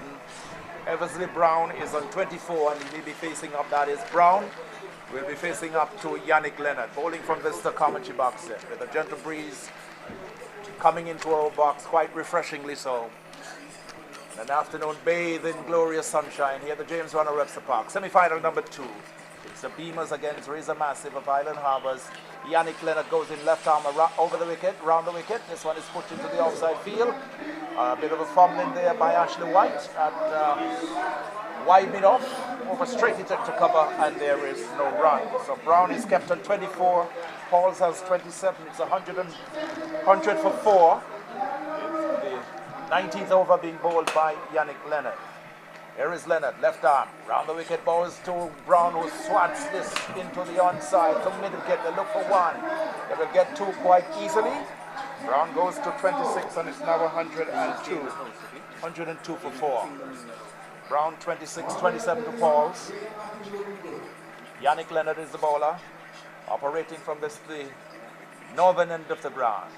Field well spread for the left-hander. Round the wicket goes in, balls to Brown outside the off stump. He plays it square of the wicket on the offside, out to point. There's a man, a short third man, has some running to do to his right. He gets a return in to the keeper. It's 103 for 4. And Brown with that single goes to 27. He's on same score as Pauls. Yannick into Pauls, who steps back and hits this one high over the extra cover boundary. It goes into the fence, 1 bounce, 4 runs to Jacob Pauls. Lovely stroke, just backing away, giving himself room and smashing this over extra cover. 4 more runs to Jacob Pauls. He goes to 31, and it's 107 for 4. Some excitement here, Tony. Well played there by Paul, just backing away and lining it up and just slapping it. The fielder there had no chance at all. 4 good runs for the Razor Massive and 4 good runs to Paul as well. What a lovely shot. Yannick goes in, both of Paul's full toss. He makes it into a full toss by coming down, and he gets it out to long on for his 32nd run. Paul's 32, 27 to Brown. It's 108. 108 for 4. Lovely little innings here by Jacob Pauls. He's 32. Brown is on 27, comes into strike.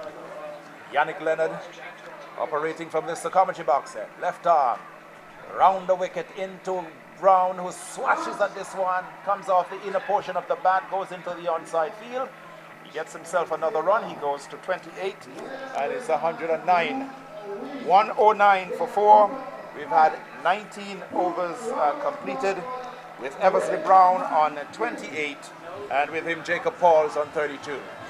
Yes, and really good going by these two batsmen here for Razor Massive. It certainly would be interesting to know how many balls they would have faced, and their partnership so far. They have really brought some life and some excitement to the Razor Massive innings that was missing from the start and throughout the middle portion of their innings.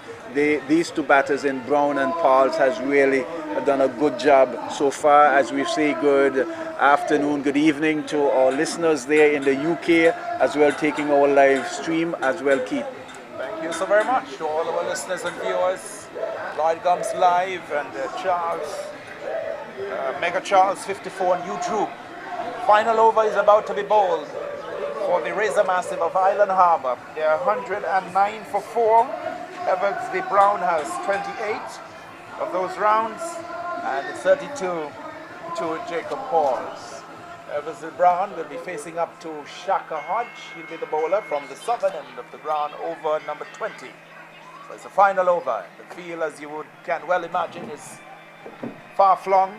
Fielders all over the place. There's a short third man, there's a short backward square, there's a long off, a long on, a sweep on the deep cover boundary. There's a man going into the covers, more like extra cover. There's a deep mid-wicket.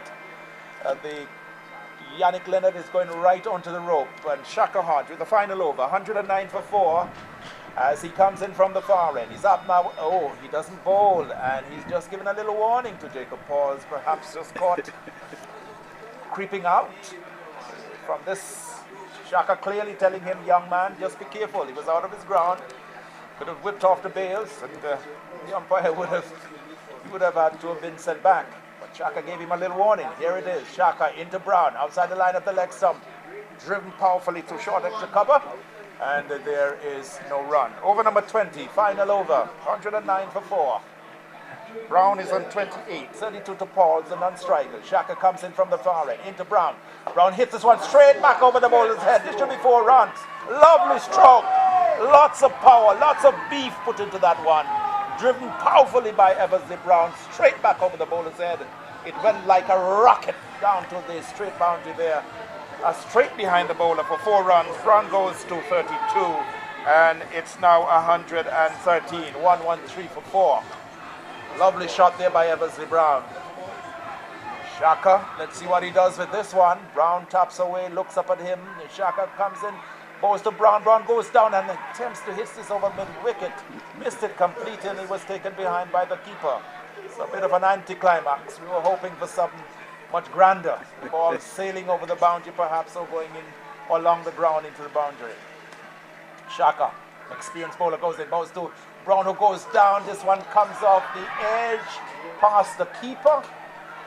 The man from short third man comes around. There's a signal. Yes, a bye signal now by umpire James Jimbo Proctor. 114. It is for 4, and this is the final over for the Razor Massive of Island Harbour, playing against the BEAMERZ of Stoney Ground here at the James Ronald Webster Park. Semi-final number 2. Already the Super Sixers into the final for next Sunday, and it should be quite a contest. The winner of this game will go on to meet the Sixers in the final next Sunday. Shaka going around the wicket now to the right-handed Pauls, who's on 32. He goes in, both to Pauls, who advances down the track and hits this one through mid-wicket. Lovely shot, 4 runs, nicely dancing down. Elegant use of the feet, getting down and just swatting this one through the mid-wicket area into the boundary. 4 more runs to Peter Pauls. He goes to 36, and he's played a great innings here today, Tony. Really, 118 for 4. Yes, really playing a great innings here for his team in Pauls. And playing nicely as well, playing each ball on its merit when it's there to hit. He has been hitting it and hitting it very well, finding the gaps and pacing the field. Good batting here from Pauls. Yeah, Paul certainly playing a good hand. He's 36, Brown has 32. This is the final over. Just the one delivery, I think, left. As Shaka comes in around the wicket for Paul, so goes down and hits this one high, straight out to long on. The man is coming around, will not get it. It goes into, maybe perhaps just on the edge of the rope. The throw comes into the bowler's end, and we'll wait to see now. That's what it is, 2 runs. So Peter Pauls ends with 38, 120 for 4.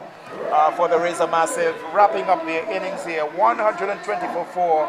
Peter Pauls left not out on 38, and with him Eversley Brown on 32. Some excitement in the final couple of overs in this innings, but a wonderful knock played here by Peter Pauls and also by Eversley Brown to take the Razor Massive to 120 for 4 at the end of their 20 overs. So shortly show, Keith, something that we didn't see at the top of the innings at all. And if those 2 openers would have put on a performance like we see Brown and Paul had done in the latter part of the innings, they certainly would have been a lot more here. But 120 on the boards, 120 to get. They are there, the runs are there, and Razor Massive will definitely need to bowl very, very tightly if they really are to give themselves a chance to go to the finals. We have seen quite a number of these games so far, and if all the teams are playing true to form, we can easily say that this will be easy for the BEAMERZ as well. It will be easy for the BEAMERZ as well. But good showing there by Brown and Pauls in getting the Razor Massive to 120 runs. Certainly a great knock there by Jacob Pauls. Really fine innings of 38 not out. Played a number of delightful strokes. Good use of the feet and really walked the ball. Good support provided by Eversley Brown. The Razor Massive of Island Harbour ending on 120 for 4 of their 20 overs. Runs on the board are just what it is, runs on the board. And the BEAMERZ will need to get 121, or the Razor Massive will need to take all the wickets or restrict them to under 121. Of course, the Farrington Super Sixers yesterday, winning by some 66 runs against the Pointers. Dimitri Adams getting 88, the highest individual score in the competition, and he now has the highest aggregate in the competition as well, with some 15 fours of 56 balls and 107 minutes. And the Sixers won 92 for 5 yesterday, with Daniel Proctor 25 and Jadel Richardson 39. Delano Washington picking up 3 for 36. So the Super Sixers, the first team through to the finals. Final set for next Sunday, right here at the James Ronald Webster Park. But it's the first half of the semi-final number 2 between the BEAMERZ and the Razor Massive.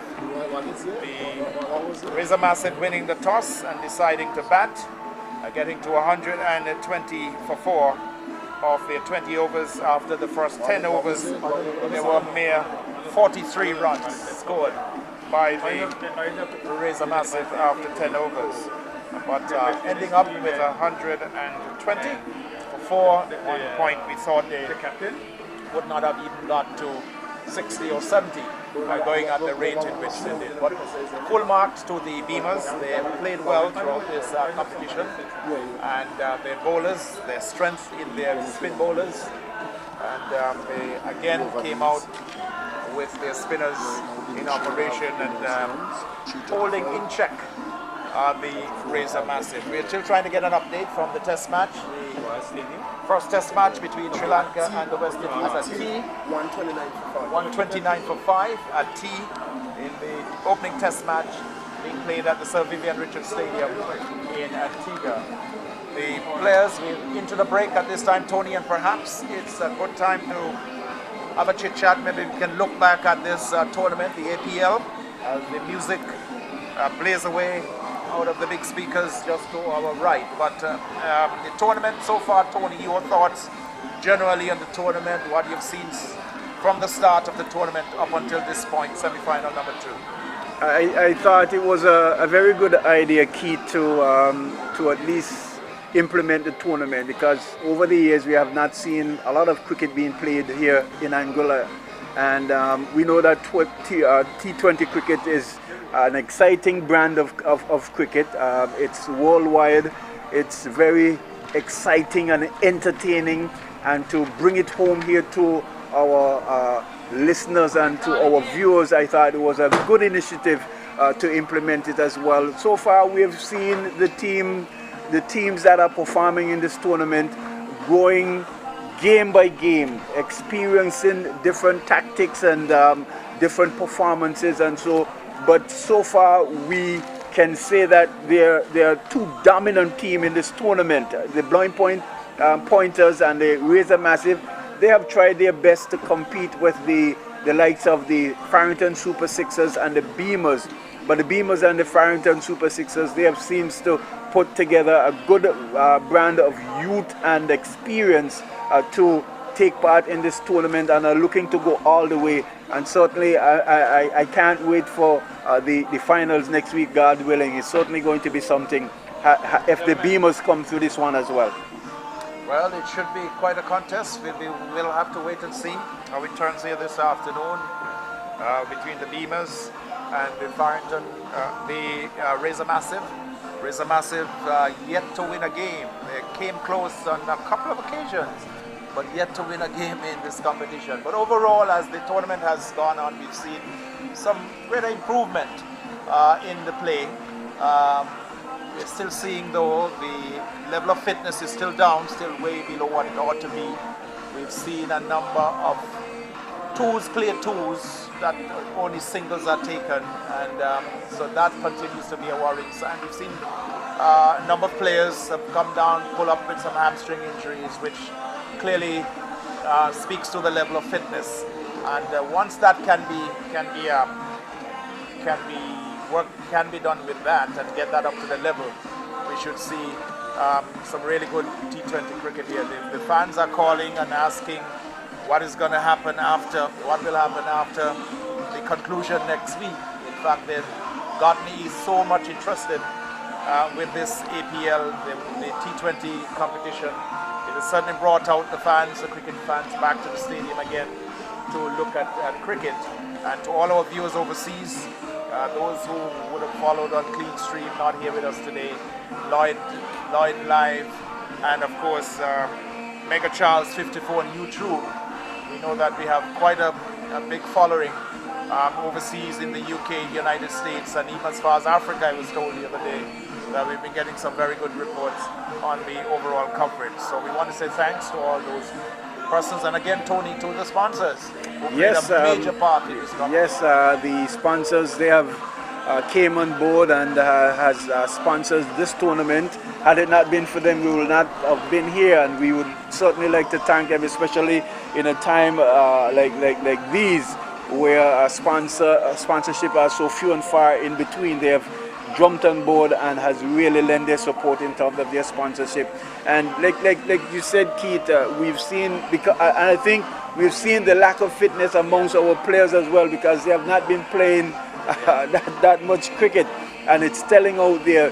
You can see those like the Jadel Richardson, the Dimitri Adams, and those seasoned players who regularly comes to the park.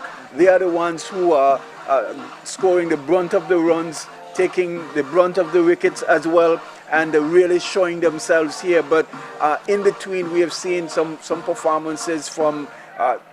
Let's take, for instance, Omari Banks coming back and really helping the Blind Pointers perform and making quite a number of runs as well. He would have scored some 77 yesterday in a losing cause for his team. So that too was good to see. And not only that, to hear the fans out there when you go to the barber shops, you go to the shops, the people talk about the commentary and all of that sort. You see folks still in the stands, folks are coming in the stands. So it's looking for some place to go, and we can say we are blessed, so to speak, that we can put off a tournament like this with the advent of COVID-19 and all the regulations that comes with that. very good that we can host this tournament as well. And we've been blessed by some wonderful weather. Yeah. The weather has been good. We haven't had any disruptions caused by the weather. It's been good sunshine, breezy, very breezy in the earlier periods, but certainly today is just an absolutely brilliant day. Nice sunshine, white puffy clouds, good atmosphere, music, and the cricket fans are coming in, and they've been very supportive. We see Lloyd Gums live, just going down and having some chit-chat with the players as they prepare, they warm up. Again, just in case you might be joining us for the first time, we had this semi-final number 2 between the Stoney Ground BEAMERZ and the Razor Massive of Island Harbour. Razor Massive winning the toss and deciding to bat first, and they have scored 120 for 4 of their 20 overs, with Jacob Pauls top scoring with well played 38 not out, and with him at the close was Eversley Brown 32 not out, 120 for 4. It means the BEAMERZ of Stoney Ground will need to get 121, or the Massive will need to take all the wickets or restrict the BEAMERZ to under 121 if they are to win this contest. Already the Super Sixers, the Farrington Super Sixers into the finals, winning quite comprehensively yesterday against the Pointers from Blowing Point and areas further towards the southwest. 4 teams in the competition, and he is hoping that things begin to get back to as near as normal as possible. The borders can be open, and I understand the teams in St. Martin are certainly rearing to come over and be part of the competition. But we've seen some good cricket, we've seen some wonderful cricket. As you quite rightly said, Tony, Dimitri Adams and Jadel. We saw a bit of Oliver.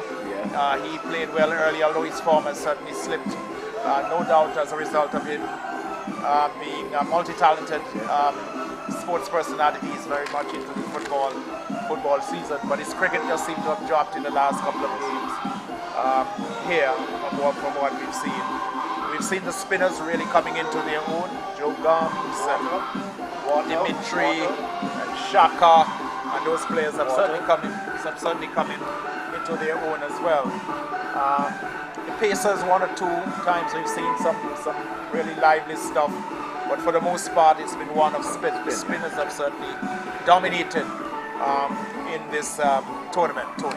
Yes, they have bowled very well, proved to be very hard to get away as well, and the likes of Dimitri, his brother, Raymel, we've seen Dylan Skellicky, we've seen Omari Banks, we've seen Joe Gums. You talked about Joe Gums, and it is amazing that he can still come to the party and just use all his experience and in his guile to still perform amongst this group of youngsters, and has really kept them in check as well. I'm certainly sure here when we looked at the top bowlers in this tournament so far, it was Yannick Leonard. He has picked up some 14 wickets, and in second place is Joe Gums with 9 wickets at an economy rate of 606 runs and over. So really good going, still showing that all that he would have learned is still there, and it's certainly good for somebody who's never seen him play before to see him playing in this tournament and see how he used to perform in previous years. So really good. Yeah, the wily old fox, Joe Gums, really brilliant cricket in mind, strategist. You see him on the field, even when he's not bowling, he's always involved in the setting of the field and just thinking. He always thinking out the game and outfoxes his opponents. He's done that during his playing days for the Anguilla team in the Leeward Islands cricket tournament. I recall playing against him on several occasions when I played for the Montserrat national team against Anguilla many moons ago, and he was there, and he was always a big contender, very competitive, still loves the game, still has the passion. So it was great to see Joe Gums, Lanville Harrigan, and some of the older players Alex Adams. Terry Adams, Omari Banks, Shaka Hodge, some of the older guys coming out and really showing and providing this sort of spectacle, showing that they still understand, they still follow the game. And here's hoping the younger players, the Dimitri and Dimitrios and Jadel and the young Burton and Peter Pauls and those players, Ashawn Hodge, all those young players would have benefited from the experience of having these older guys in the competition. So from that standpoint, it has proven to be quite a success. And the folks who put the tournament together certainly should be given their full kudos and be commended highly, Tony. Yes, certainly, and we're certainly looking forward to use this tournament as a springboard for further tournaments down the road as well. I was told by Al King that they want to make this an annual event, and so whether they will host it around this time every year, we'll wait and see, but we'll certainly want to see more cricket being played as well, throughout the Caribbean. Like you said, Keith, maybe in your day, you used to see the amount of cricket that was played during that time is nowhere compared to now. And certainly... not even close. Yes, not yes. even close. And that's a testament as to how we as West Indies followers perform when we look at West Indies cricket and see the development for like 20 years now. We've been trying to maybe sit the corner, turn the corner, as we would say. And it has been quite some, because of the lack of play. Not only that, the advent of this format of the game as well has drawn a lot of our cricketers to where their bread is, so to speak, and has really affected us in the regional setup here. But that is something that we will look and see. Keith, I wanted to pick your brain just a little bit. The West Indies, the Cricket West Indies, they are slated to have an election sometime next week. I think it's 29th of next week, and we've had the Sanasi and Hope. They are coming up against the incumbent in Ricky Skerritt.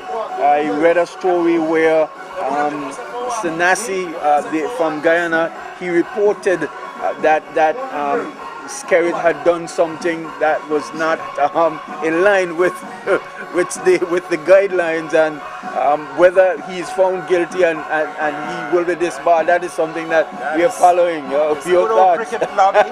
It's going to be a tough election coming up. Ricky Skerritt, and of course his colleague from the Windward Islands, who've been carrying the burden of West Indies cricket with them, and with that situation that has come up, we are still going to be watching that very closely to see how it all pans out. But it's going to be a tough election. Whether or not Ricky and his partner from the Windward Islands have done enough in the eyes of the cricketing public, who can be quite vicious. Vicious, and, yes.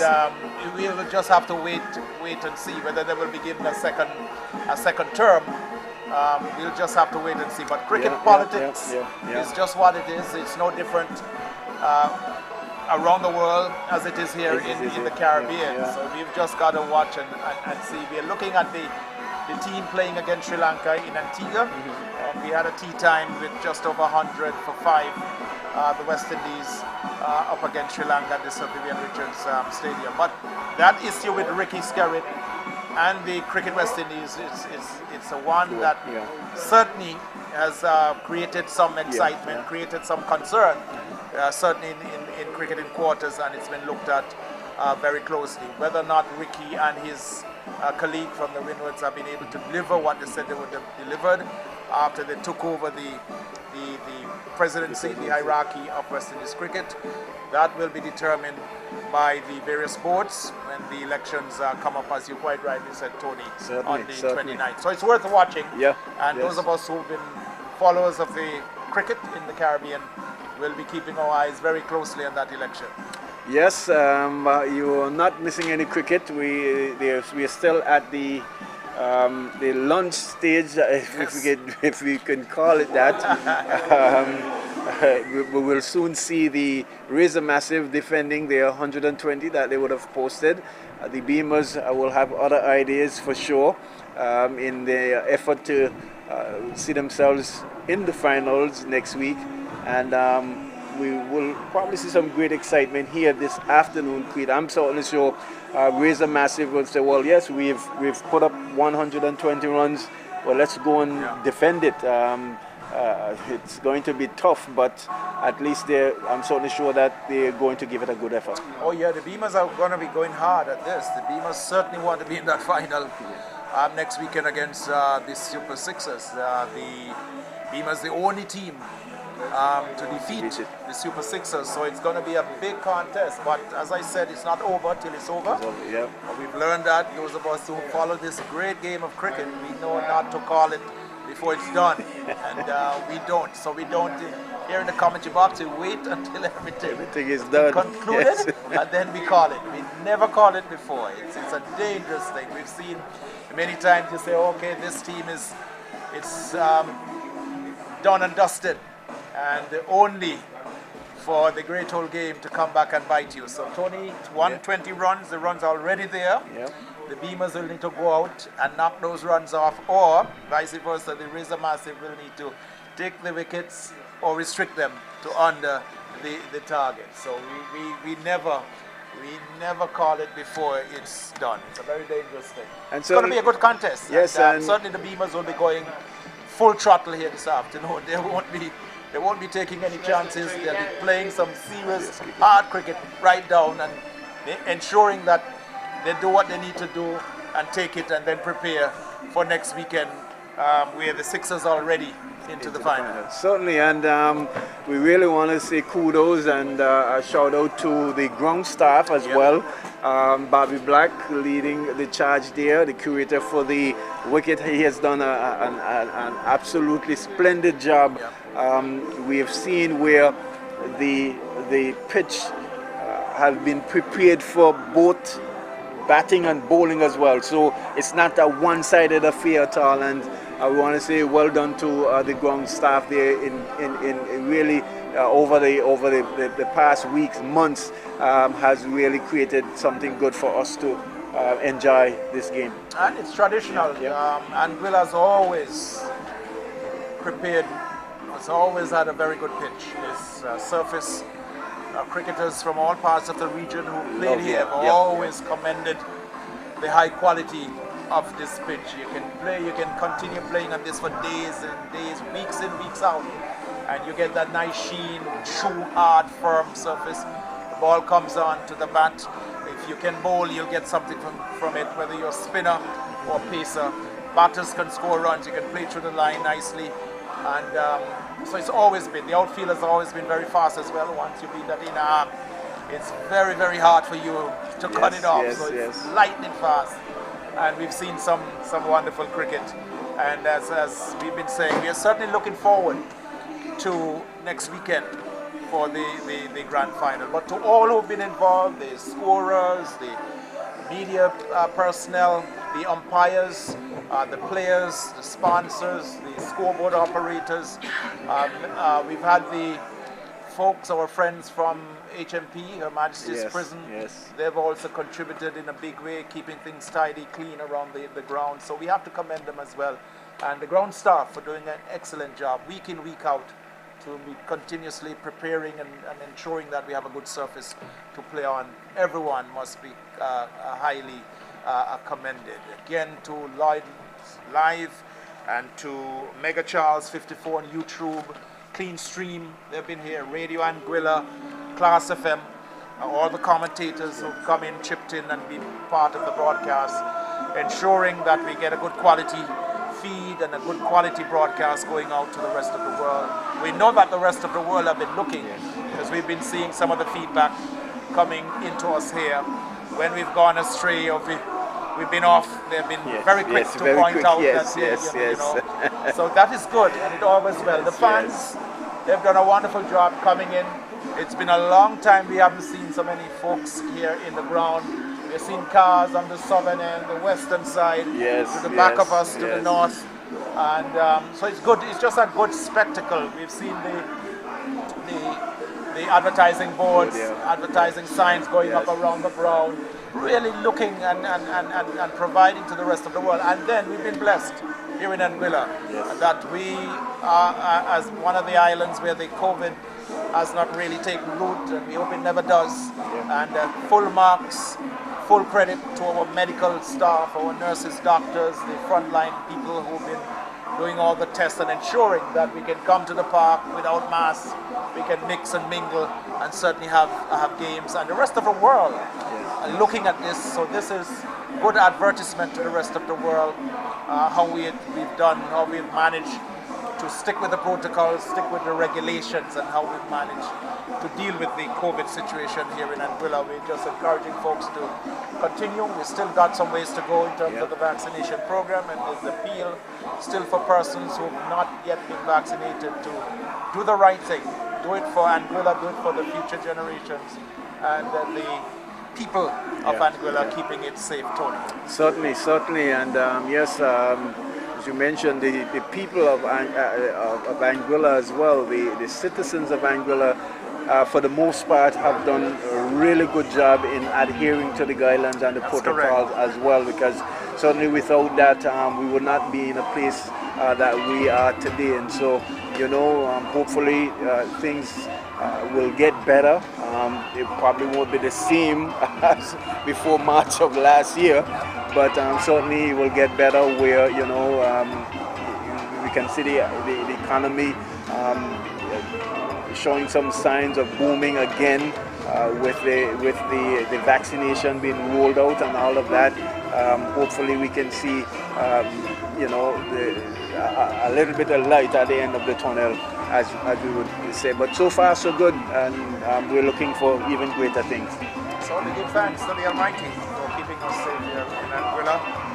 Just in case you might be taking up your radio and turning on and hear us speaking and wondering if the game is over, if it's all done. No, we've just completed the first half, with the Razor Massive of Island Harbour winning the toss and deciding to bat here against the Stoney Ground BEAMERZ and getting to 120 for 4, with Jacob Pauls getting 38 not out, wonderful little innings, and with him at the end of the innings, Eversley Brown 32 not out, as the Razor Massive reached 120 for the loss of 4 wickets. And we shortly will be having the BEAMERZ going out to the middle to go at a target of 121. The Super Sixers have already qualified for the final. Qualified for the finals, winning yesterday by 66 runs against the Pointers, with Dimitri Adams getting 88 from 56 balls with some 15 boundaries of 107 minutes. That was against the Pointers yesterday. 25 for Danny Proctor, Jalen Wilkinson 39, Lana Mussington finishing with 3 for 36. The Sixers winning by 66 runs and advancing to the final of Sunday. This is semi-final number 2 with the Pointers and with the Razor Massive and the BEAMERZ. 120 the total scored here by Razor Massive in their innings. They started out very slowly, almost pedestrian-like, scoring, getting to just 43 runs. The Razor Massive got to after 10 overs, but towards the latter part of the game, they certainly picked it up with Pauls, Jacob Pauls, batting quite well, using his feet nicely, dancing down and really hitting the spinners for the BEAMERZ to different parts of the ground here in a nice little knock of 38 not out, with Eversley Brown getting 32. George Catchis has moved into the comments chair as we prepare for the turn at bat for the BEAMERZ. And George, your reflection on the game so far today? The game so far, Keith, I thought that Pauls and Brown were the 2 players who stood out for me in terms of showing some sort of urgency in scoring for the Razor Massive. Paul's in particular, there was some beautiful shot, I think it was of Shaka Hodge, in which he made room for himself and played that ball beautifully over just wide of the man at long off for a 4, and then hitting, I think it was Leonard, majestically over long off for a huge 6. So, and then he scored several other shots, 4s in his knock of 38. But I think the previous batsmen, I think they wasted a lot of deliveries, which could have been scored from. Yeah, Richard Burton got 21, Shiv Benjamin got 7, Dan Bilhari got never really looked the part, looked rather sluggish, not his usual self. Played 1 or 2 power strokes, but nothing like his old brilliance. His timing is off. Orlando Wright, he too wasn't on with it today. Found it difficult to get the ball off the square against the spinners, and they were really held in check by scoring 43 runs off the first 10 overs. 10 overs in a T20 game. Really, you're asking for trouble. You're asking for trouble, and you're not going to win that game. And credit has to go to the BEAMERZ spinners in terms of Dylan Skellecky, who bowled very well. And then when it was Shaka Hodges' turn came on, he bowled a brilliant spell there as well to get rid of, I think it was Burton in particular, who was the batsman very well set at that stage of the game and capable of going on to score some good runs for Razor Massive. Well, I think we're about to get to the second half. I see the umpires, James Jimbo Proctor and Keith Lee Lake. The umpires are just about getting ready to go back out into the middle. So what I'll do, I will allow George to continue with some further comments. I see Millington is around here, and also Kai, got it right this time, Kai Bryan. And I'll allow Millie will be coming in, John Millington, to join you, George. So make way as you provide a few comments as the umpires are making their way out to the middle. Again, the Razor Massive 120 for 4 of their 20 overs, and the BEAMERZ, their turn at bat, will need to get 121 to win, or the Razor Massive will need to get all the wickets or restrict them to under that total. So over to you, George. Yes, thank you, Keith. And we see the umpires, Keith Lee Lake and James Proctor, going out to the middle, and they will be followed shortly by the Razor Massive team. And 120 runs for the BEAMERZ to go at, and we're now seeing the batsmen in terms of Lendell Simmons, followed by, is it Joe Gomes? Lendell Simmons or Skellecky? Lendell Richardson and Dylan Skellecky will be opening the batting for the Stoney BEAMERZ.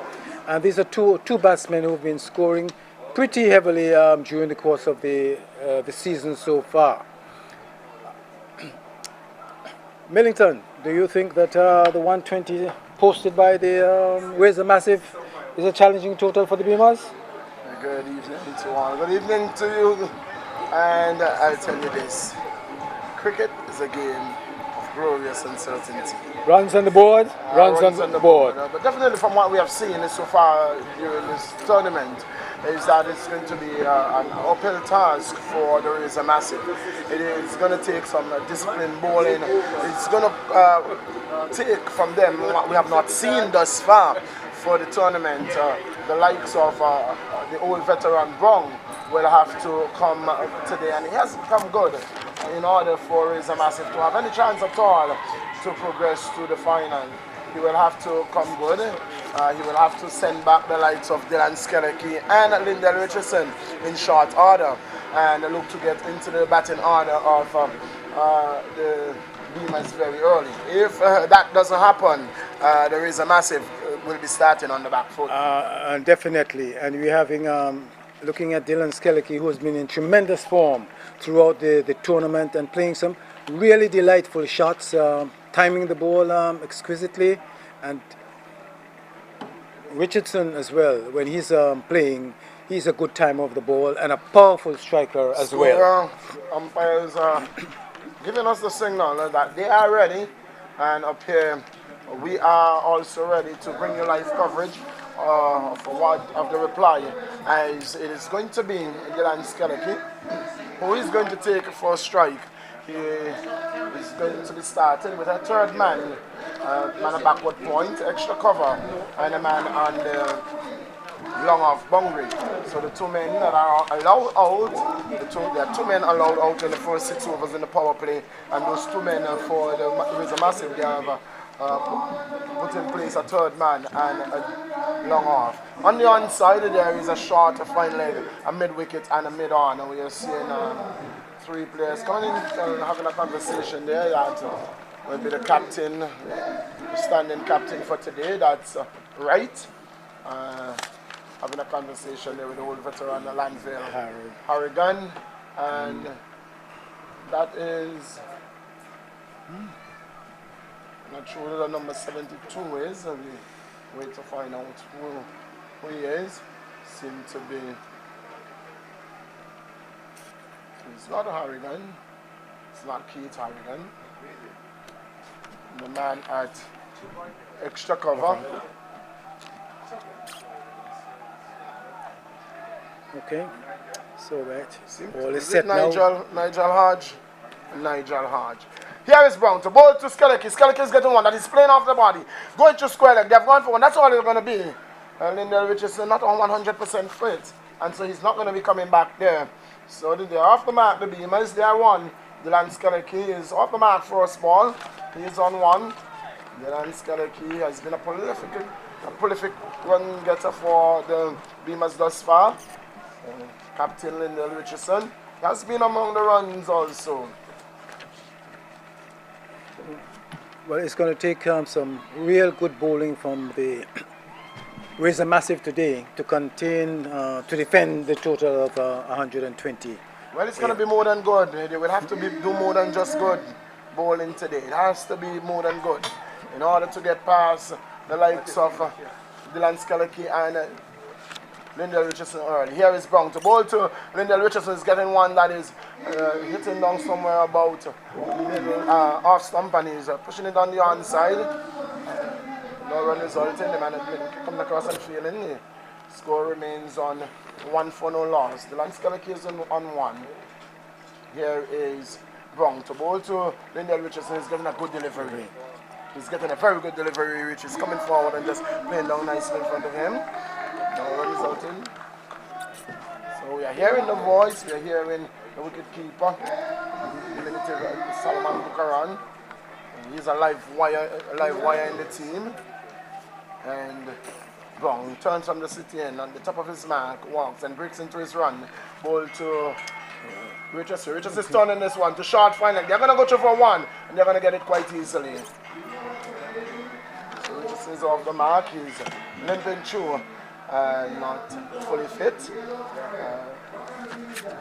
suffering from hamstring injury, so looking to get his team into the finals. It's going to be Brown, rubs the ball into his trousers, walks, breaks into a run, passes umpire Proctor, bowl to Skeleke, he'll turn this one again to fine leg. This could be trouble here. Return goes in, and not taking the stump at all. There was Bukaran. That could have been close. It was Richardson struggling to get to his crease, and there's absolutely no need to be looking for those runs, be it at short third man or short mid fine leg. Absolutely no need. Absolutely. And if the man feeling there at backward short leg was much sharper, that could have been a run out there. Yes, it's been game all over for Lindell Richardson, wasn't it? Here is Brown from the far end.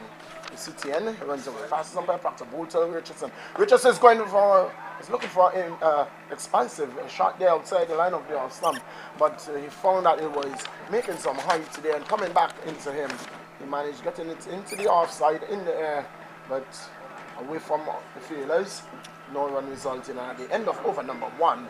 It is Lindell Richardson. He is on 1. With him is Dylan Skeleke, and the score is 3 3 for no loss. 3 for no loss at the end. And that was a fairly tidy over there by Brown, just conceding 3 runs in that over and holding a very good line and length there to both batsmen. Yes, and they're requiring just about 6 runs and over to overhaul this total. 6.1. Don't know if it seems as though Lindell is having some problems with whether a hamstring muscle or is there having some discussions with Dylan Skellicky and Lanville Harrigan is in part of the discussion. And they've been signaling to the tent. The helmet is going out for the helmet is going to go out for the wicket keeper. The spin is going to be starting from this, the commentator's booth end. There's going to be Matt Buchanan who's going to be taking up the attack from this commentator's booth end. And Lyndon Richardson asking for some spray, that magic spray. Do you think that magic spray works, Kentish? It's being in use regularly and it provides some sort of relief. Yes. Well, it provides the magic that one requires, and so Kentish said that he believes it works. You believe it works, or it's all in the mind? Apart from the mind, I think it has some effect on relieving the pain. It do work. A bit hot or cold spray, it do work. It numbs that pain for a bit. It's going to be Mark Buchanan. He's going to be bowling to Dylan Skellicky. Number 22 on his back. Tosses the ball from Hanton, flicks the ball. He moves away from us now to bowl to Dylan Skellicky for the first time in this innings. Bowl to Skellicky. Dylan Skellicky is getting one wide outside the line of the off stump. Looking to just dab that one pass backward point. Was unable to. Umpire said that's not a good delivery. That's an illegal ball. And so the total moves on by 1 to 4. It is Buchanan. In search of 121 for victory, the BEAMERZ. Replying to raise a massive mark. Bowls to Skellicky. So off the edge, it's going to go close to the boundary. It's gone for 1. They will come back for a second. No, they have, and it's going to go close to the boundary. In fact, it goes away for 4. Has it? There is no signal coming there. There's no signal coming. Well, the fielder said no, it's just 1 run, so they are on to 5. It's not going to hamper the team that much, those singles. All the days yet, and they're looking at 6 runs and over. With the batting lineup that BEAMERZ possess, not a problem at all in the early goings. It's going to be Buchanan. It's a bowl to Lyndon Richardson. Richardson is getting one outside the off stump wide.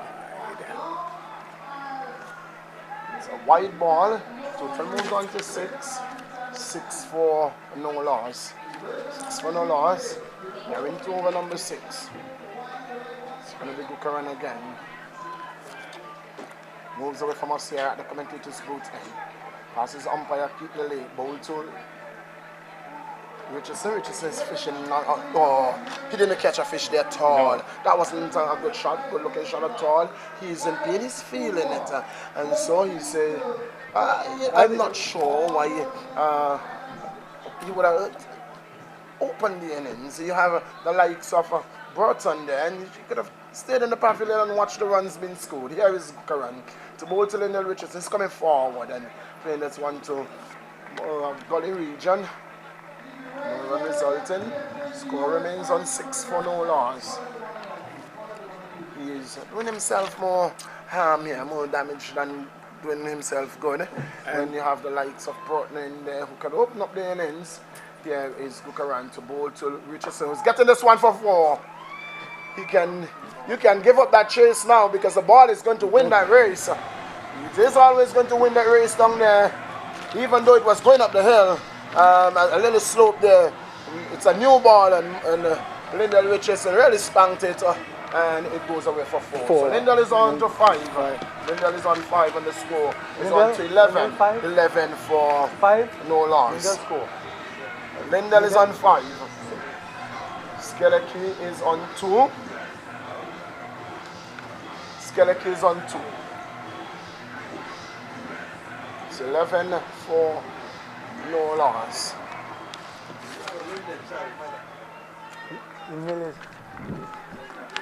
So Lindell Richardson, he's on 5. And the score is 11 for no loss. Here is Gukaran to ball to Richardson. Richardson's playing this one through the onside. You're going to get one. You're going to get one here, and the total moves on by 1 to 12.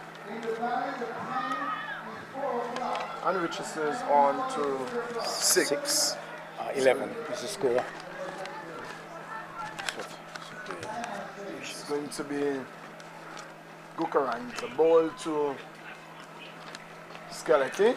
So this delivery, Skeleki is hitting this one to backward point, can't score. And then over. And they're going to get runs now because the keeper, that was a useless throw, and that was the captain there, not a good throw there. And the total moves on by 1 to 13, and Skeleki is on to 3.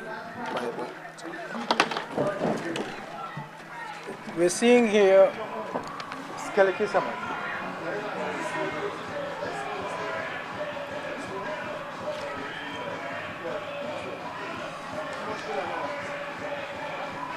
During the course of that, the first over there, the over being bowled by Jukaran, we saw Lindell Richardson really in some pain, not moving very freely with the singles that he ran in that over there.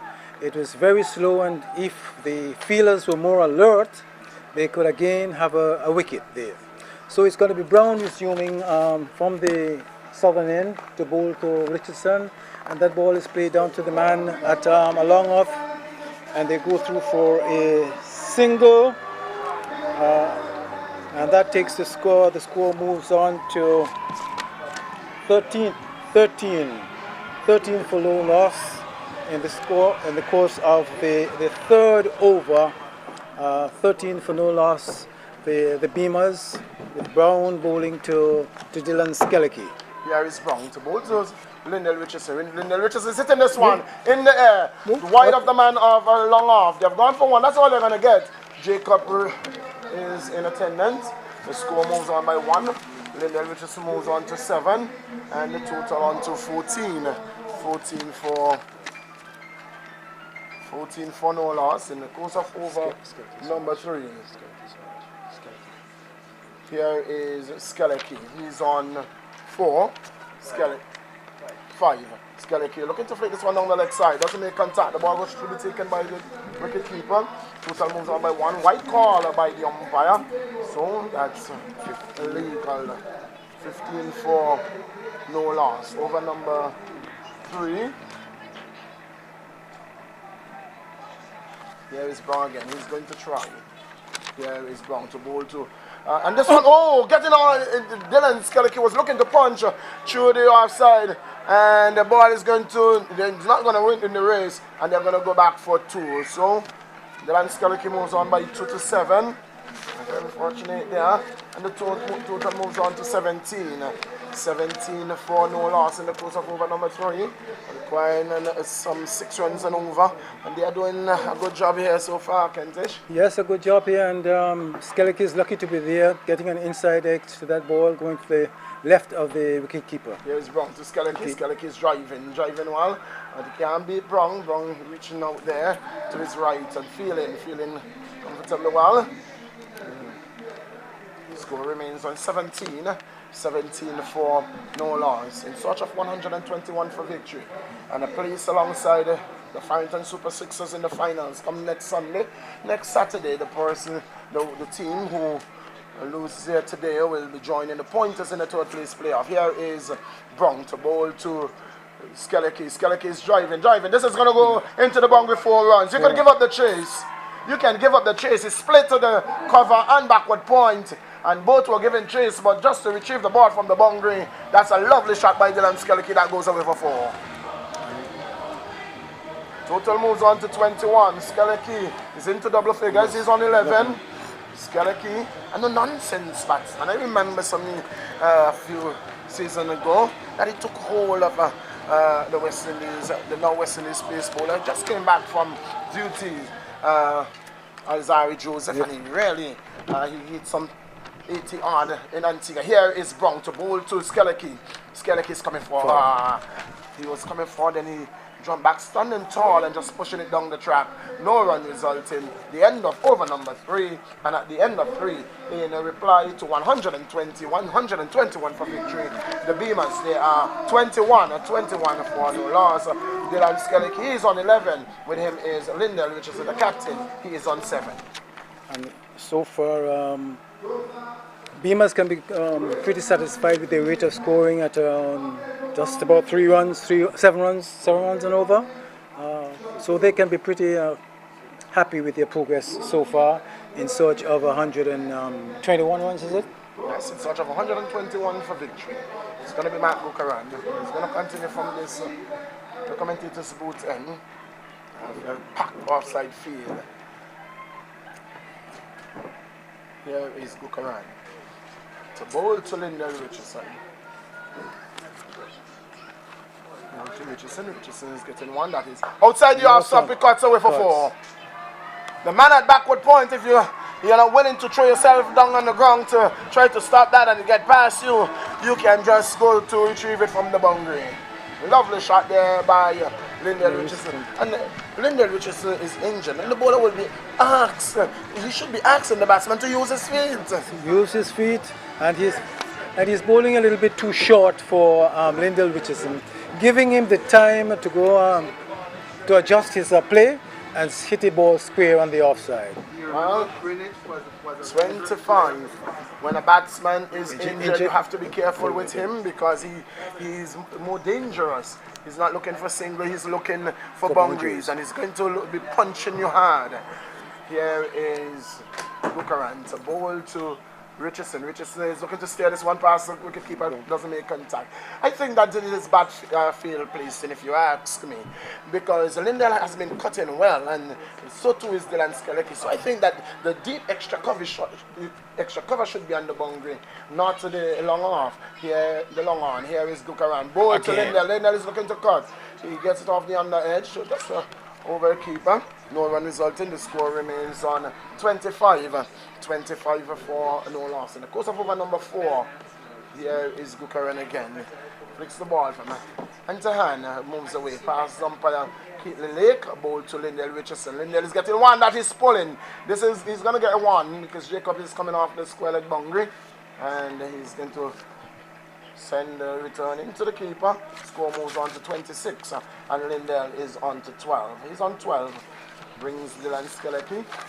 Prolific Skeleke in to strike. He's on 11. Seeing some 2 glorious stroke already from him. Here is Bukaran. It's a bowl to Skeleke. Bowl to Skeleke. Skeleke is running this one. He's just looking to dab it past the man at backward point, but hitting it straight to him. No run resulting. Score remains on 26. 26 for no loss. Here is Bukaran again. It's a bowl to Dylan Skeleke.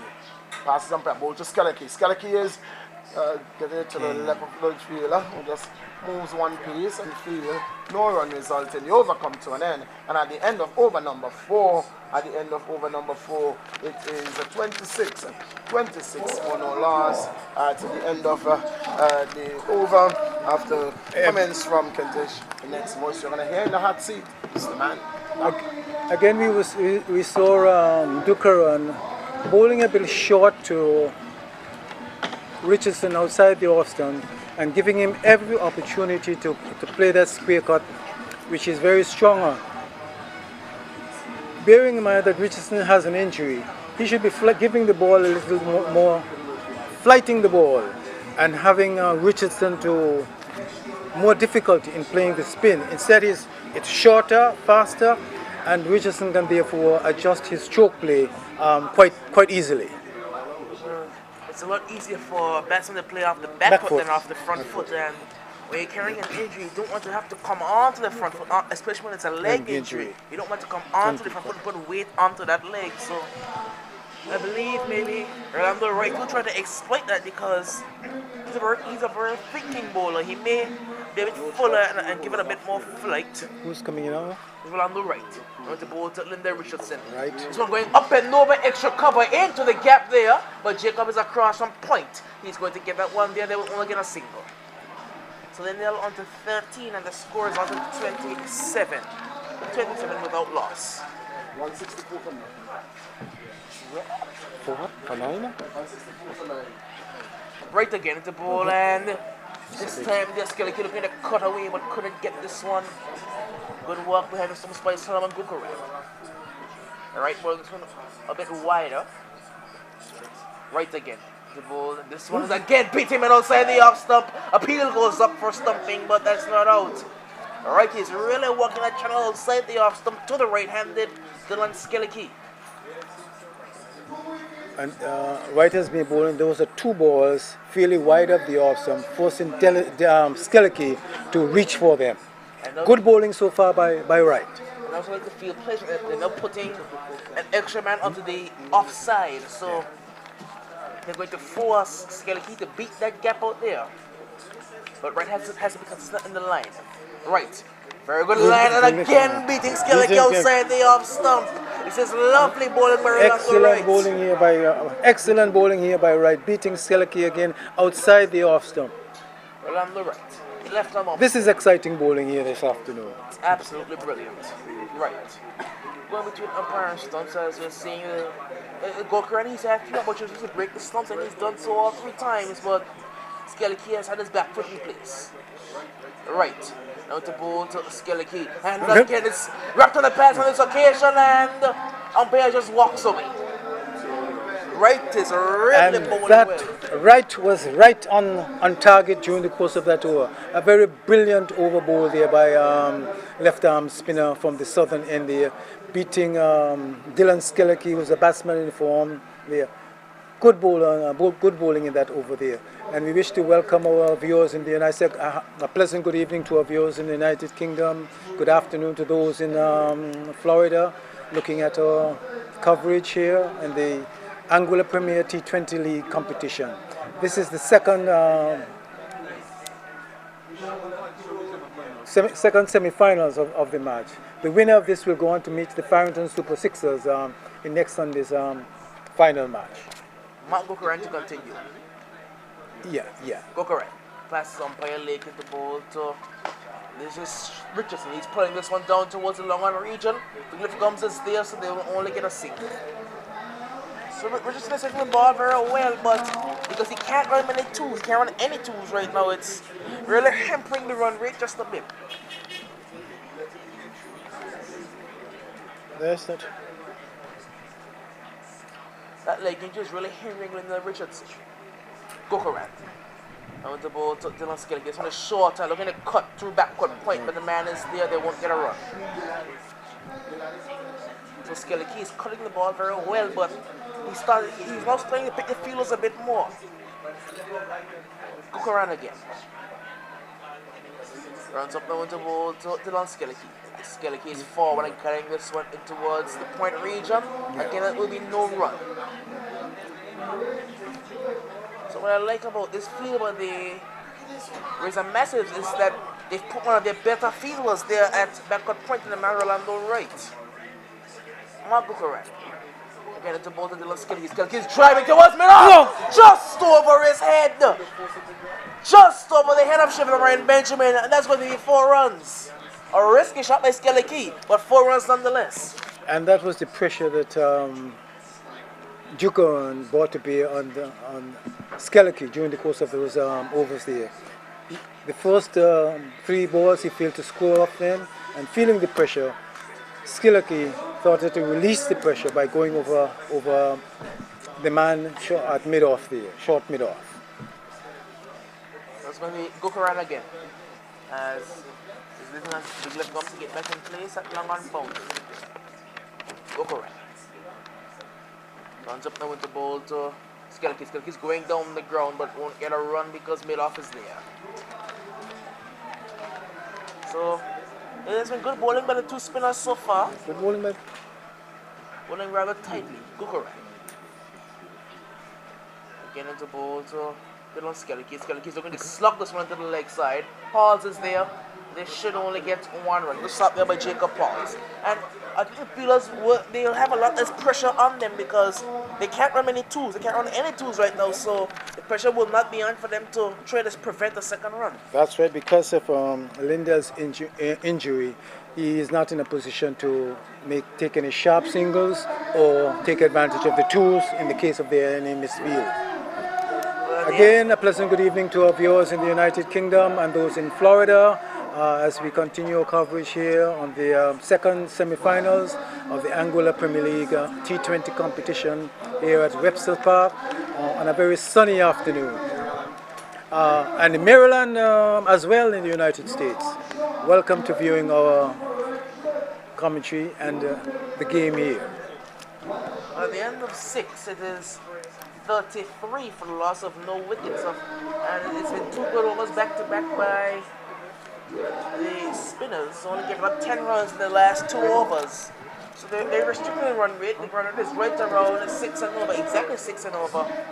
And that's exactly where there is a message we want the BEAMERZ right now, except that they haven't been able to take a wicket. But for the BEAMERZ, if they can keep wickets in hand, you have to say that they should chase down these 120 runs. They should chase down these runs with somebody like a Burton still in the...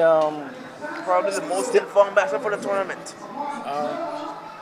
I think this is, and then you still have Shaka Hodge, who's capable of scoring pretty rapidly. The BEAMERZ should take, although there are runs on the board, I think the odds are in favor of the BEAMERZ winning this match. Not unless one of the bowlers for Razor Massive will put in a tremendous performance, and we see wickets tumbling here at Warner Park. They're going to need wickets and wickets fast. It's going to be Rolando Wright to continue. This is which over? This is the 7th over beginning now, and it's been really difficult for Skelly to score off Rolando Wright. He faced 5 straight dot balls and Wright couldn't score. That's the end of the power play, the end of 6, and the BEAMERZ only scored 36, so not really ideal for a power play, but it's 36 runs nonetheless, and 36 good runs. Rolando Wright, passing the ball hand to hand. Between umpires, something to bowl to Skelly, and again he's beaten all lengths up outside the off stump. Rolando Wright is walking away outside this off stump line and about the 4th stump, turning it just away from Skelly, and he's beating him every single time. It's a good length as well. Rolando Wright. The ball is Skelly, and this one again looking to push it down towards 3rd man, but that will be no run. That's 7 dots in a row for Dylan Skelly from Rolando Wright. Some pressure is being built up onto Dylan Skelly. Again, Wright to Skelly, looking to cut this time, and we'll get it into the gap there on the point region. They will get a single. The finally relieved, and that brings Linda Richardson onto strike. Now, this is the battle I would really be interested to see, because Wright is bowling. He's bowling a bit fuller than Marco Coran, and with an inch you don't want to be onto the front foot. Right again to Skelly. Top edge this one. Wycliffe comes is there. Right there, 3rd man takes a good catch, and that was the battle I was talking about. If you're going to bowl fuller to him, he will have problems getting onto the front foot. Instead, up with the sweep, and he's gone. Obviously, Lindell Richardson could not, because he is injured, he's unable to use his feet, could not get to the pitch of the ball, and offered a very simple chance to the man feeling at a short 3rd man position there. So Razor Massive has struck, and particularly Wright, who's been bowling very tidily so far, has had his first success for Razor Massive. So 4 for 1 wicket, that's exactly where you want to be. So this is fairly good going for the Razor Massive at this stage of the game. They're going rather well, keeping them below 6 runs and over, and they've picked up the dangerous wicket. But it brings an even more dangerous man to the crease. Where's the massive during the course of the 8th over, they were 1 for 40. Of course, you had Shilton Benjamin and Richard Burton walking away rather quickly. And we now have, comparatively speaking, they're now 1 for 34. Yes. So, where's the massive applying some pressure here to the BEAMERZ? Will we now see a difference in the batting with the advent of young Burton, who has been in tremendous form for this season? We can see an acceleration in the scoring rate from here on here. One thing he does very well is that he rotates straight. He doesn't get pressurized much because he can always find a single somewhere. He can always find a gap somewhere. It's going to be right. I want to ball to Burton. Burton is again finding the gap there into the square leg region. They'll get a single, and I believe that the field will be a bit conservative for a new batsman. They only have, I believe, 5 men in the circle, and for a new batsman, you would want to have maybe an extra man that's there to apply a bit more pressure. A little bit more pressure and cut down on the singles. Exactly. It's going to be Rolando Wright. Again, into ball to Dylan Skellicke, and to deliver Skellicke. Skellicke's one off the edge, and it will run down towards third man for no runs. So at the end of over number 7, it is 35 for the loss of 1 wicket. Over number 7? Over number 7?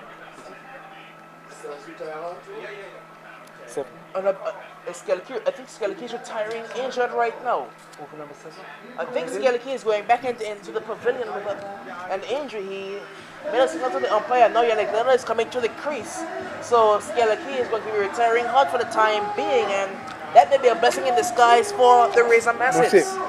It could be a blessing in disguise, but then you have two batsmen in Yannick Leonard, 2 new batsmen in Yannick Leonard, who probably will take some time to settle in, but they are quite capable of maneuvering the ball around and keeping the scoring rate ticking.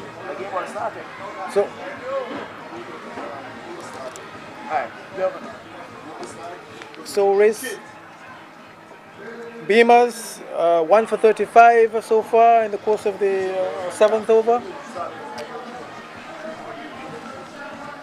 No, that's the completion of the 7th over, and we're now having Mark Duperon starting the 8th over from the northern end of the.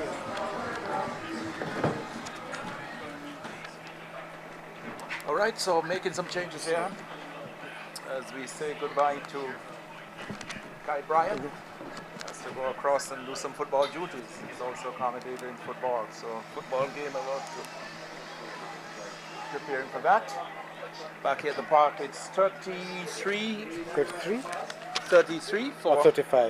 35. This one from Gukaran into the left-handed Burton, played up on the onside. So Dylan Skellicke, retired hurt, suffering injury to his left side. The BEAMERZ need to get 121.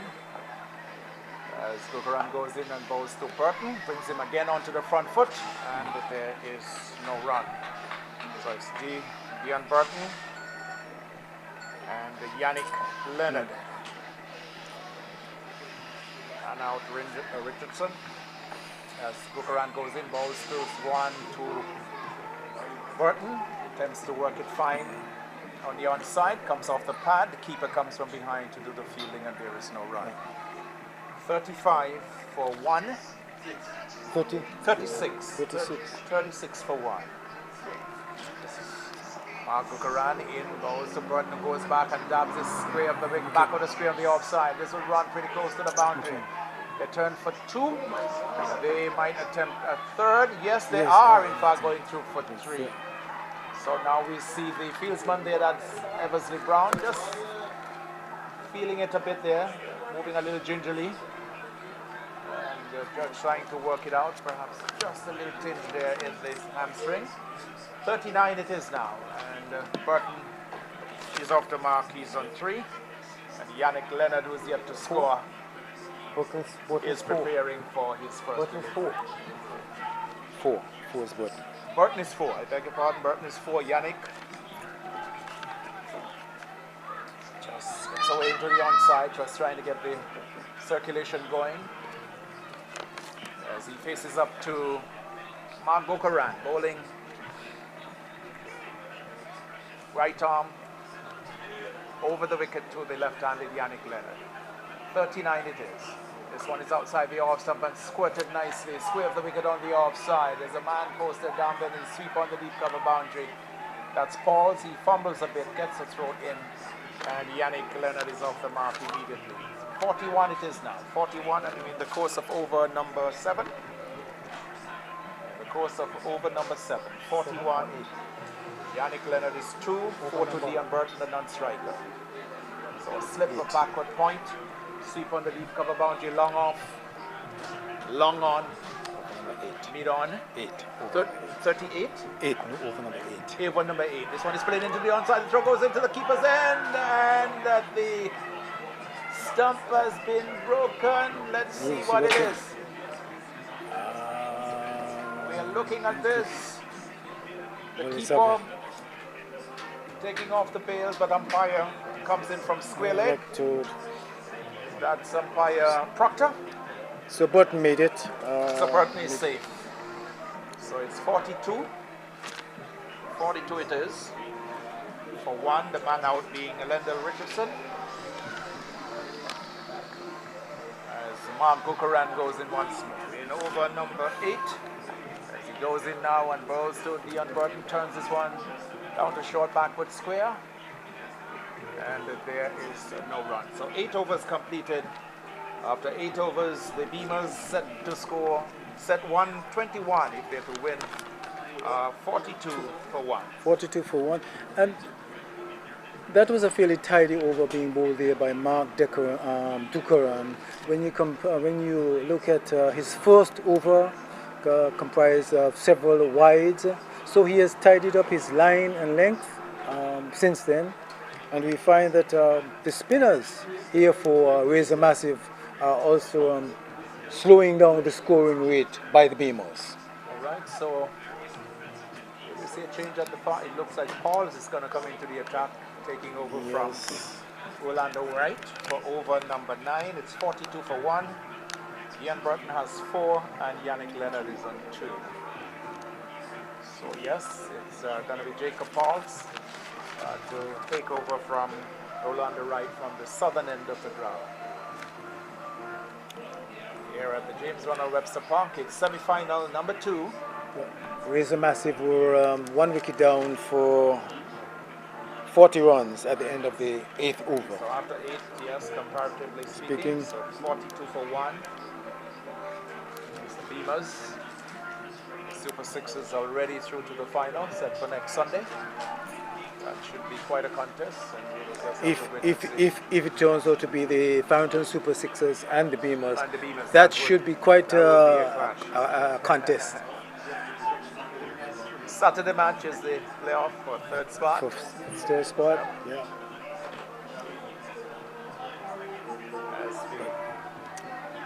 We'll be looking at Pauls. So, this man going back to 3rd man. Short fine leg. There's a deep mid wicket. Man on the deep mid wicket boundary. Straightish mid on, off a wide mid wicket, long on, long off, pretty wide. Mid off. On that point and a sweep on the cover boundary. Pause it is from the far end. In bows to Yannick Leonard, drives pleasantly out to long off. There's a man posted there. Yannick goes to 3. And the score on by 1 to 43 now for 1, the BEAMERZ. This is the start of the 9th over. It's been bowled from the southern end of the ground. The sunshine continues to blaze down here at the James Ronald Webster Park. Here is Pauls. In balls to Burton, swing this one through the onside field. They turn for 1. They're looking for the 2nd. It's on. 2 runs there to Burton. Burton goes to 6. That's 45 now. 45. Burton short diminutive figure. Leonard, the tall of the two, leaning on his bat at the non-striker end is Leonard. As Peter Pauls runs in towards us from the far end. This one is outside the off stump, slashed out to the sweeper on the deep cover boundary. And Burton gets himself another run. He's on 7 now, and it's 46 to total for 1.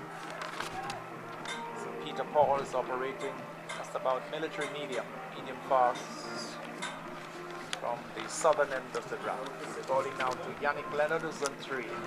Pauls comes in, bows to Leonard. Leonard drives to the offside field. They should get 1. Should get 2. Should get 2 quite easily, perhaps even 4 hits. Stop just inside the rope. Deep extra cover boundary.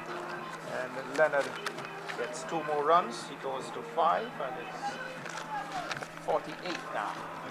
48 for 1 in the course of over number 9. 6 is Leonard. 6 is Leonard. Leonard is 6. Leonard 6 and Burton is 7. So Pauls it is. Outside the off stump, and he goes out and slashes this one into the covers. 169 all out in the Sri Lanka West Indies first test in Anguilla. So Sri Lanka being bowled out for 169. With Holder getting 4 wickets. 3 I think went to fast bowler Roach. So over number 9 has been completed. The score has gone to 49. 49 for 1 with Yannick Leonard on 6 and Burton has 8. And comparatively speaking, Razor Massive, they were at the end of the 9th over, they were 2 for 41. So 2 for 41. At the end of the 9th over. After 9 here, 49 for 1. So in looking at the game, Keith, so far, Razor Massive, I think, has done a pretty good job of containing the scoring rate of the BEAMERZ. Yes, they haven't done well badly at all. This spinner right in particular has looked good. That's right. Dukoran came into his own of his spell. Yes. So we will be seeing another change here now from the top end. This would be Tony, who the bowler? Huh? Wiglif Gums. Wiglif Gums. We'll pick up the attack now from the commentary box here. Field pretty well spread. Again, Sri Lanka bowled out for 169 in their first innings against the West Indies in the first test, being played at the Sir Vivian Richards Stadium in Antigua. Day number 1 of that first of 2 test matches between the Caribbean side and the team from Sri Lanka. So Gums into the attack, over number 10. 49 for 1, he'll be bowling to Yannick. Yannick comes forward and drives. There's a man on the long on boundary. They scamper through very quickly for a single. So Yannick goes to 7. And the 50 has now been posted. So it's 50 for 1. Over number 10. Yannick Leonard is on 7. And Burton, who's on 8, comes into strike. 2 left-handers at the crease. As Gums goes in right arm over the wicket. He's in now and bows to Burton, who punches this one past the bowler. Turn again for an easy 2. 2 easy runs. Who comes into the bowler. So 2 to Burton takes him into double figures. He's 10 and it's 52 now. 52 behind us. 9. Sorry? 9 Burton. 9 is Burton. And 7 to Leonard. 52 is the score for 1. Gums it is. Big lift in, bowls to Burton, goes back and slashes this through the offside field. But there's Pauls on the boundary. He fumbles. They wanted a second, but it's not there. The throw comes in pretty quickly to Gums. So 1 more to Burton's gone now to double figures. He's 10. 7 to Leonard. It's 53 for 1 in over number 10. 10th over, 10 of 20 allotted overs. There's Big Lip Gums. Moves away from us, right arm over the wicket, bows to Leonard, swings this into the onside. The man coming off the deep mid-wicket boundary comes in very quickly and gets the throw on the first bounce to the keeper. Leonard goes to 8 and it's 54 for 1. Murphy's on 10, he comes into strike. short third man move. Cover point. Extra cover, sweep on the deep cover boundary, long off, long on, mid on, short backward square, and a deep mid wicket. Gums goes away from us. It's up to the wicket now. Bows to Burton, carries this one right up, comes onto the front foot, and pushes the ball easily on the offside. It's picked up by the man at mid off. Landville Harrigan in that position. That's Landville? No, that's not Landville. That is Landville is at mid on, wide mid on. Oh. So it's Big Lift Gums. Over number 10. Score is 54 for 1. Going at 121. Outside the off stump, this one is dabbed into the offside field. He wanted a single Burton. But Yannick Leonard will have none of it. Sends it back quite rightly. It's the end of over number 10. After 10 overs, the Beamers are 54 for 1. Set a target of 121.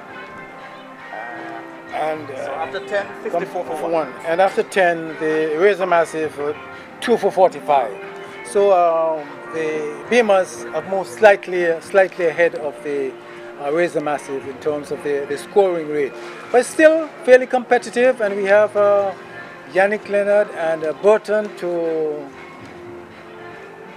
carry the fight to the Razor Massive.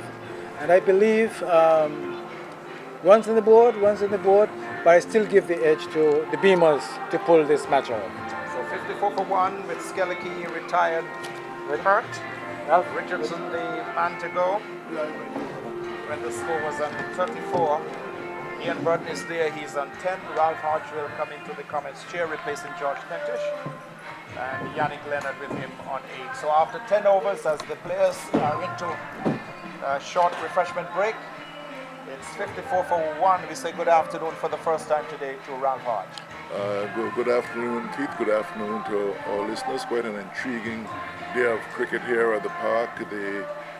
The Island Harbour Razor Massives, they reached 120, just about a run a ball. If you're going to be very accurate, you're talking about 6.05 throughout the 20 overs.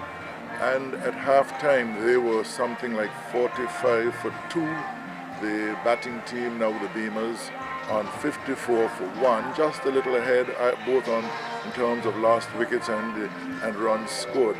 And as the commentators have been saying, it's still quite even at the moment, Keith. Yes, indeed. 54 for 1. The target is 121. The Razor Massive getting to 120 for 4. 38 from Jacob Halls and 32 not out.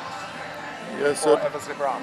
A nice little innings by both Jacob Paul and Eversley Brown. Eversley Brown, we know in Anguilla, is batting at number 11 almost all of the time, but he played some quite beautiful shots today, and Jacob Paul for once has been batting the way that one would have expected as he was growing up in batting, that he certainly would do, and made the score competitive, 120 a run a ball, and the Beamers must now be chasing that target, because one of the two teams today will be in the finals against the Super Sixers. So Super Sixers have actually made their way yesterday to the finals, and that would be looked forward to next Sunday. On this Saturday, it would be the third place teams playing, and one would expect a good finals, whoever is in it. Okay. That's right, 54 for 1.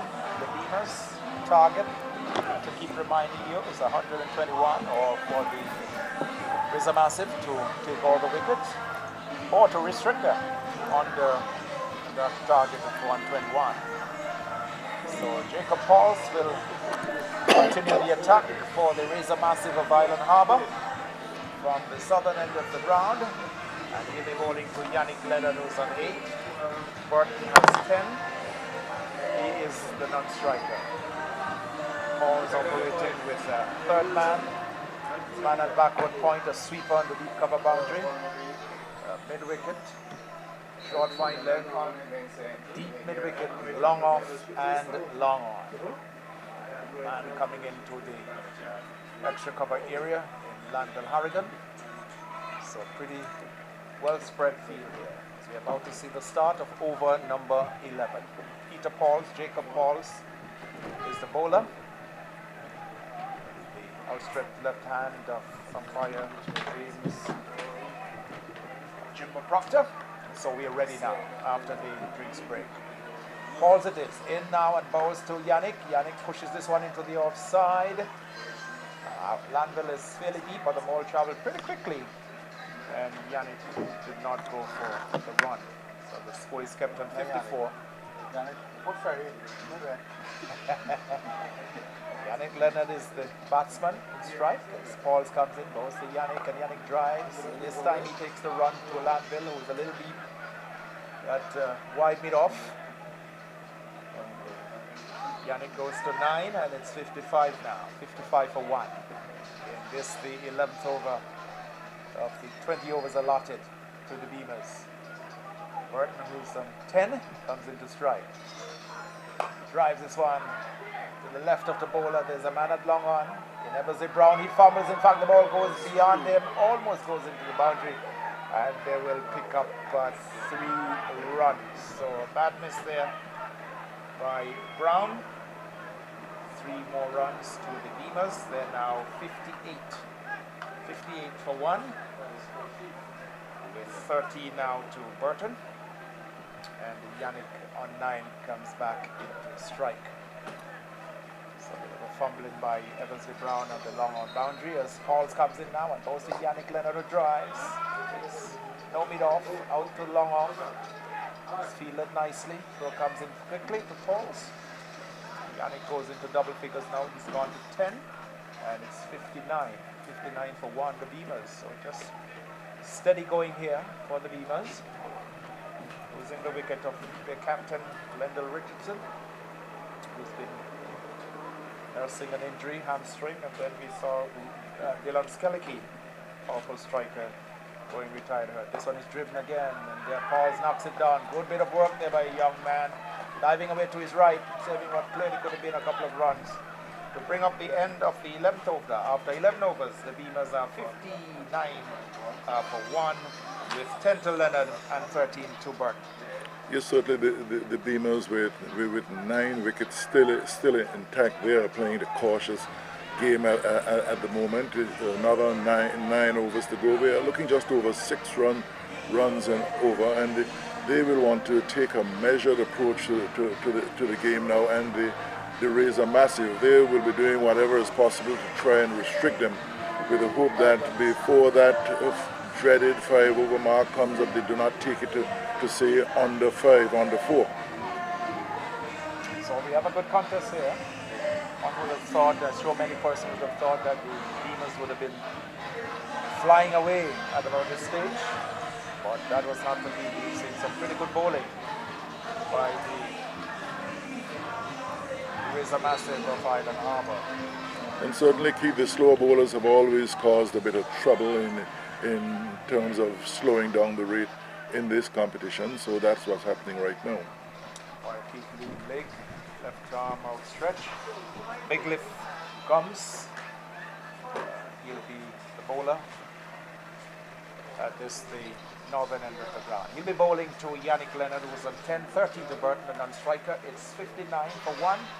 As we're about to see the start of the 12th over. Gums goes in, bowls this one outside the off stump, and this one is squirted, scraped the wicket on the offside. The hostage rule very quickly for the single. Takes Yannick on to 11, and it's 60. 60 now for 1. So Big Lip Gums operating with a short third man.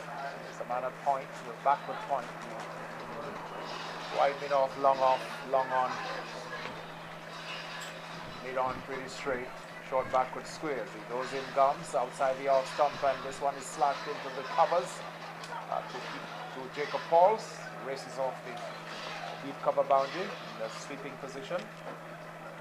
1 more to Burton. Burton goes to 14, and it's 61 now. 61 for 1. Still with the breeze coming across the ground here from the east. The sun with us in all its glory, bathing the James Ronald Webster Park Absolutely gorgeous and brilliant sunshine. Here is Gums, Wycliffe. Goes in right arm over the wicket, goes to the batsman Yannick Leonard.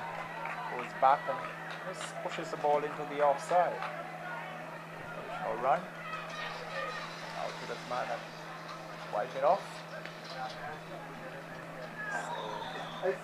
He's trying to keep it tight here for the Razor Massive. Island Harbour yet to score, yet to have a victory in this competition. Gums goes in now and goes to Yannick, who drives powerfully out to long off. Man comes off the boundary very quickly. Good work. The moment the ball had been struck by Yannick, his 12th run, 62 it is. Yannick is 12, 14 to 13 to Yannick, and 14 to Burton. 62 is the score. 62 for 1. And we're in the 12th over of 20 for the Beamers. Here is Gums in now, and also Burton goes back and pushes this one past the bowler. They want 2 and they're going through for it, quite rightly so. Burton goes now to 16 and is 64 for 1. So 16 to Burton. Yannick has 13. Yannick Leonard has 13.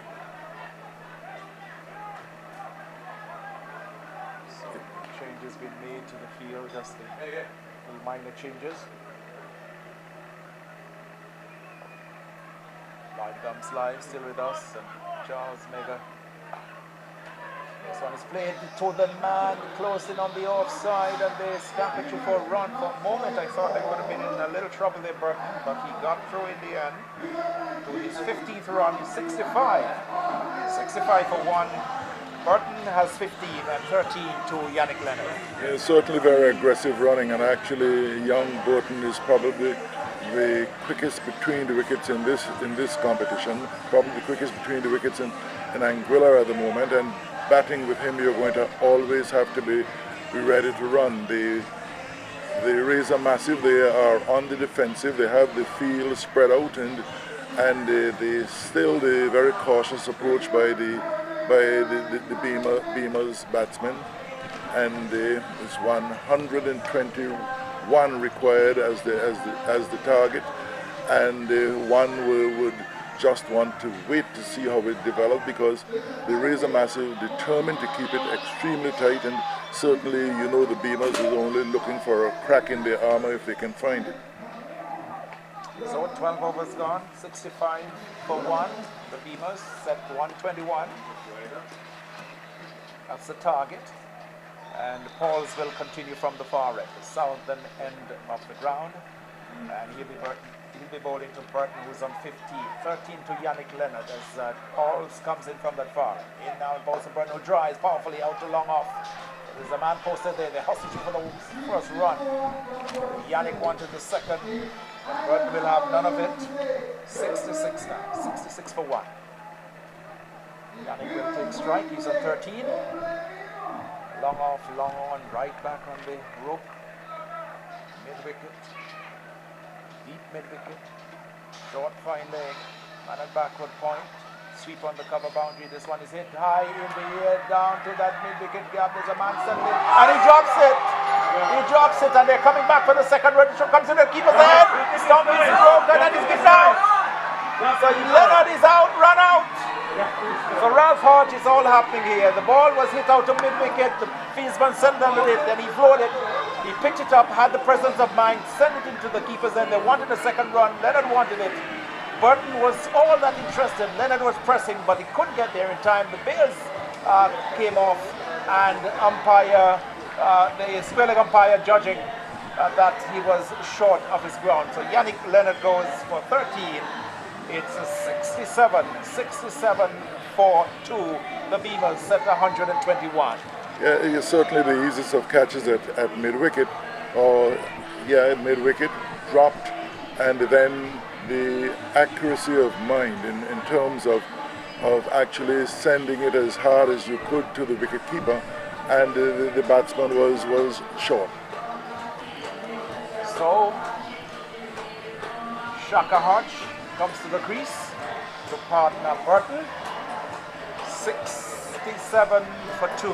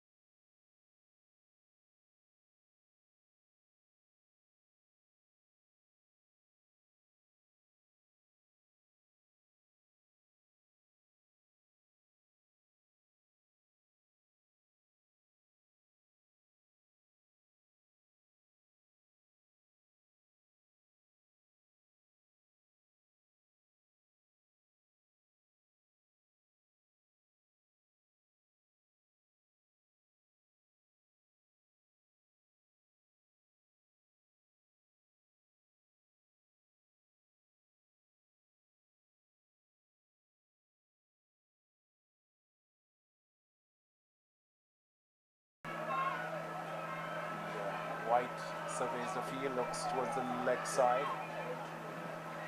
Now he looks towards the offside. Just to keep a close up as Jacob Pauls comes in, goes to White, who hits this one high in the air, but this will land safe to the man at wide long on. He scrambles and in fact scuffers it and pushes it into the boundary for 4.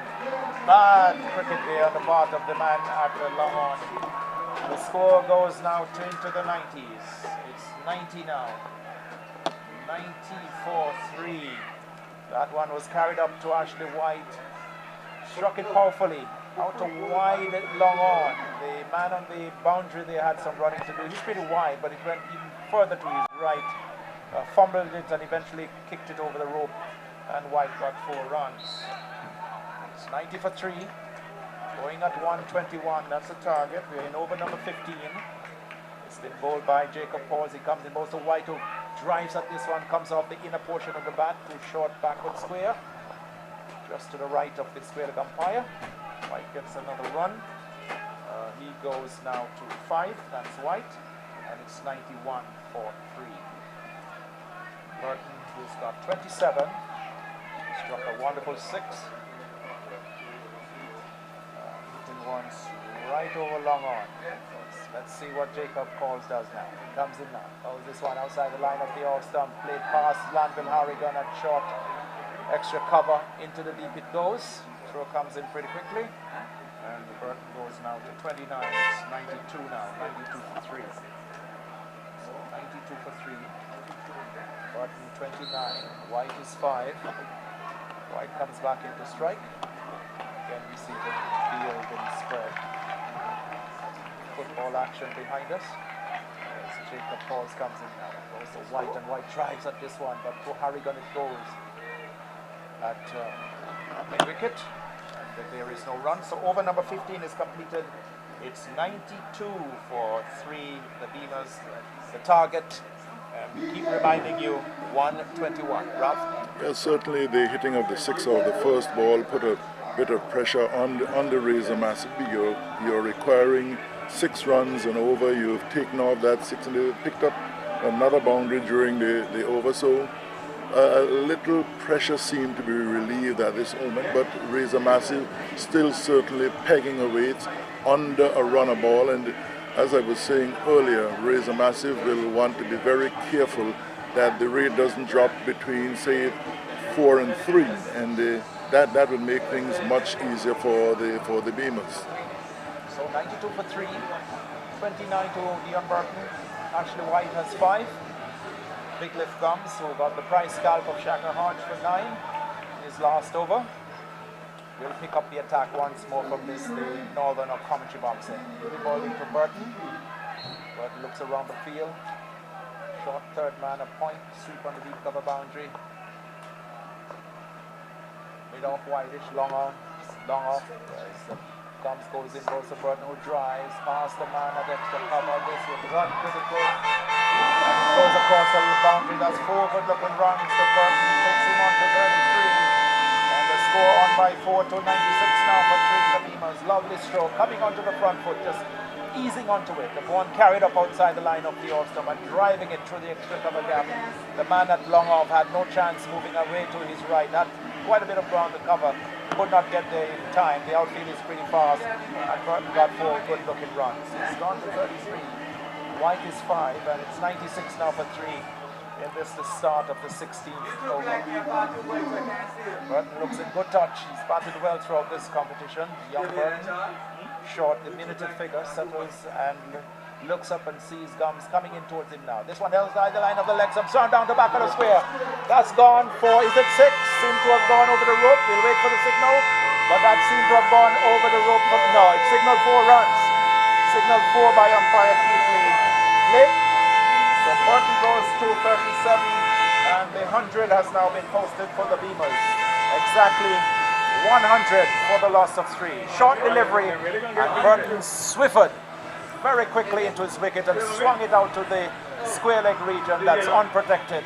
And for a moment I thought it had cleared the rope, but it landed inside. First bounce, 1 bounce into the fence. And certainly when young Burton is on the attack, he's really on the attack. He is keeping his eye on the ball all the time. Before the bowler is bowling, he's exceedingly still, so he has good control over what's in front of him, Keith. And immediately a man has been posted right where that ball went into the boundary on the deep deep square leg. So there's a deep mid-wicket and a deep square leg. The onside. Harrigan at mid-wicket as he goes in now and bows to Burton. This is more than likely will be a wide. Yes, it comes now, confirmed by the umpire. So it's 101 now for 3. 101 for 3 the target. 121 in over number 16. At the end of 15 overs, it was 92 for 3. Scores moved on now to 101 for 3 in over number 16. Burton is 37, 5 to Ashley White, the non-striker. Big lift Gums is the bowler. Number 17 on his jersey. Goes in away from us. He's up there now and goes to Burton. Turns this one into the onside. They've scampered through for the single. Burton goes to 38. That was 102 for 3. Slow ball, quite rightly. And Lloyd Gums is becoming more and more getting into the game, Lloyd. He's learning more and more of the cricket, Ralph. Well, certainly once you're around cricket, you will learn, providing your person as intelligent as Lloyd. Yes, he will pick up things as he sits by more often. Very quick learner indeed, Lloyd. Done a good job. Lloyd Gums live. And of course, MegaCharles54 on YouTube with us here today. We're missing Clean Stream, but hopefully they'll be back for the finals. Gums goes in now and bowls to White, who goes back and looking to force this through the offside field. Misses the ball completely, taken behind the stump. 102 for 3 in over number 16. 38 to Liam Burton, who's batted exceptionally well here today. Ashley White is on 5. The field well spread. There's a man at backward point. Sweep on the deep cover boundary. Extra cover deepish. Mid on deepish. Short backward square. Mid wicket. Deep backward square. Long on, long off. As Gums goes in now and goes to White. Puts this one out into the point area. And they scamper through very quickly for a run. White goes to 6. And it's now 103 for 3. 103 for 3. This is the 16th over been bowled. It's been bowled by Vigliff Gums. Right arm medium pacer. He's bowling over the wicket to the left-handed Burton, who's on 38. 6 to Ashley White. As Gums motors in once more. Goes away from us. He bowls to Burton, who comes into the onto the front foot and goes through the fieldsman at mid-off. And an easy single to be taken here by Burton. It's into 39. Everyone counts here. 103 for 3. Burton just easing the ball pass out into the offside field. Out of mid-off and then right through the fields from there. So the end of 16. At the end of 16, it's 104 for 3. Ian Burton has 39 and Ashley White has 6. Certainly that bit of aggression by Burton would have made things a little easier for the Beamers. We are now talking 17 runs from 3 or 4 overs. How many overs? 4 overs.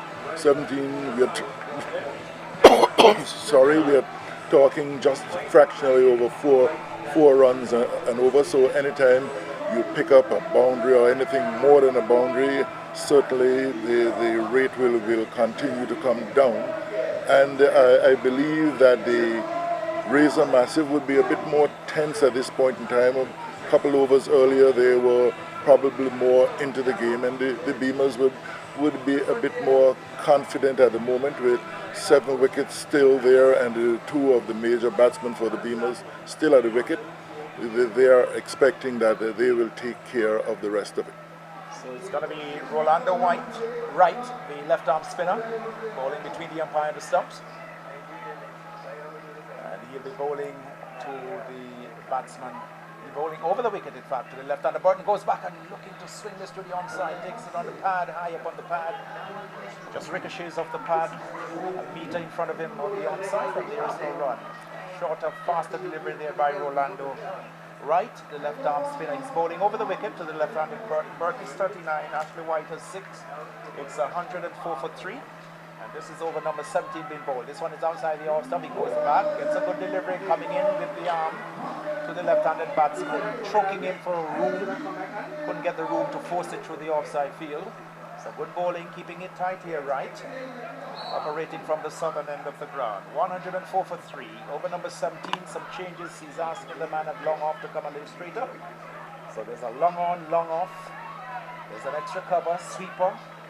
Man back out of point. This one is a good delivery that time. That one spun. Perhaps hitting a bit of the rough outside the left-handers off stump and spinning back quite sharply. The keeper took the bails off. So good bowling here by Right. He looked good from the start of his spell here today. He's bowled quite well. He's been very, very controlled. He bowled a good line, good length. And in that last view, we actually saw the ball really spun out of the rough and coming back quite sharply to the left-handed Burton. Burton is kept on 39. 6 to Ashley White. His right goes in now and goes to Burton, faster, flatter delivery, tucked into the onside, down to short backward square. There's a man coming off the deep backward square boundary. That's Gookeran, sends a return into his brother, the keeper. And one more to Burton. Burton goes to 40 and it's now 105. 105 for 3 in over number 17. The target, to remind you, is 121. Ashley White, powerfully built, broad of shoulders, surveys the field. Facing up to the left arm spinner. No doubt they're coming between the umpire and the stumps around the wicket. To the right-hander. Quite meticulous in his field placing, asking the man to go out on the deep backward square boundary. So there's a deep mid-wicket, long off, long on. Extra cover, in regulation extra cover. There's a man back at a point, short third man, and there's a sweeper on the deep cover boundary. Right goes in and bowls this one to White, who tucks it into the onside, out of mid-wicket. Glanville Harrigan is there. Another run for White. He goes to 7, and it's now 106 for 3. In the course of over number 17. Right will be bowling once more to Burton on 40. He'll be coming over the wicket to the left-hander. He comes in, left arm over the wicket. Burton goes back and dabs this down to short backward point.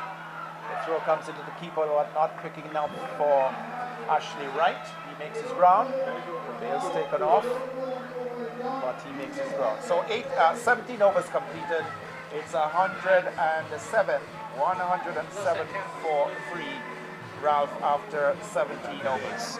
Yeah, so we're 107. 107. So we are looking for something like 14 runs from 12 balls, just around 6 on average per over to be bowled now, and so certainly a very intriguing finish. But the pressure should be off the batting side, is because there are 7 wickets still in hand, and there is a little room for error, for risk at the moment. But how well has the Razor Massive been bowling, and it seems like the Razor Massive will go back to Eversley Brown, Keatley. Yes, Eversley Brown will pick up the attack from this commentary box end. He'll be bowling to Burton, who's on 41. Ashley White is with him, he's on 7. It's 107 for 3 as we prepare for the start of the 18th over. Over number 18 of 20. The time looks towards the south, and our broadcast position is towards the northern end, and we look down on the square, the pitch, playing surface and the outfield. Patches of green here and there, but predominantly brown patches all around. It's 109 for 3 as Brown Eversley goes in, bows to Burton, comes onto the front foot and eases this one out to the man at mid-off, and there is no run. 42 to Dion Burton, 8 to Ashley White. The target for the Beamers to advance, if they are to advance to the finals against the Farrington Super Sixers next Sunday, is 121. Umpire Keithley Lake, left arm outstretched, that restraining arm. Now he pulls it in. Brown goes away from us, right arm. He's over the wicket now, and Bosa Burton hits this one over the top of Lanville Harrigan, and that's close in mid-wicket. They look for 2, and they will get it quite easily. Burton goes to 44, and it's now 1-1-1. It's 111 for 3, and my mind goes immediately on the late English umpire David Shepard with the Nelsons. He'll certainly be happy if he was standing out there at this time. 111 for 3. Over number 18 been bowled by Eversley Brown.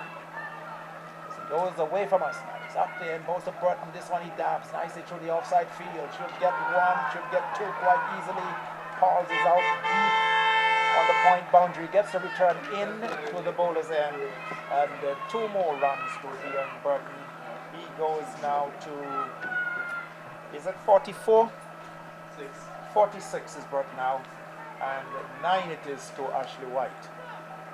And so it's 113, 113 for 3 in the course of over number 18. Eversley Brown goes in now, and Bosa Burton who slaps this one to the onside field, but straight to Lanville Harrigan at that mid-on, wideish mid-on position. It's the end of over number 18. After 18 overs, set 121. The Beamers 113 for 3. 113 for 3, that's 8 runs away. You're talking 2 overs to go, and both teams virtually now are on the edge. If you're going to go with the odds, certainly you will have to go with the batting team. But cricket is such a funny game, you can't predict. But with your top order batsmen still batting 4 runs and over, should not present much of a problem. So 113 for 3, the Beamers. We're about to see the start of over number 19.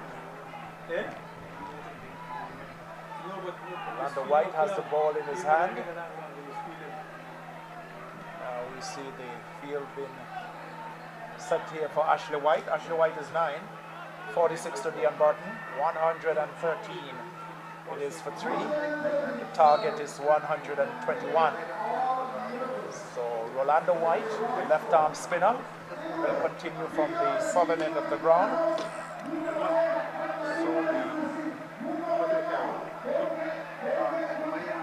the Beamers need 8 runs to secure victory. And we have 2 overs left in this encounter. Right, the left arm spinner. Bowling left arm between the umpire and the stumps. Around the wicket to the run behind Ashley White. White is on 9, 46 to Burton. 113 it is for 3. The Beamers. There is a massive got to 120 for 4 of their 20 overs when they batted.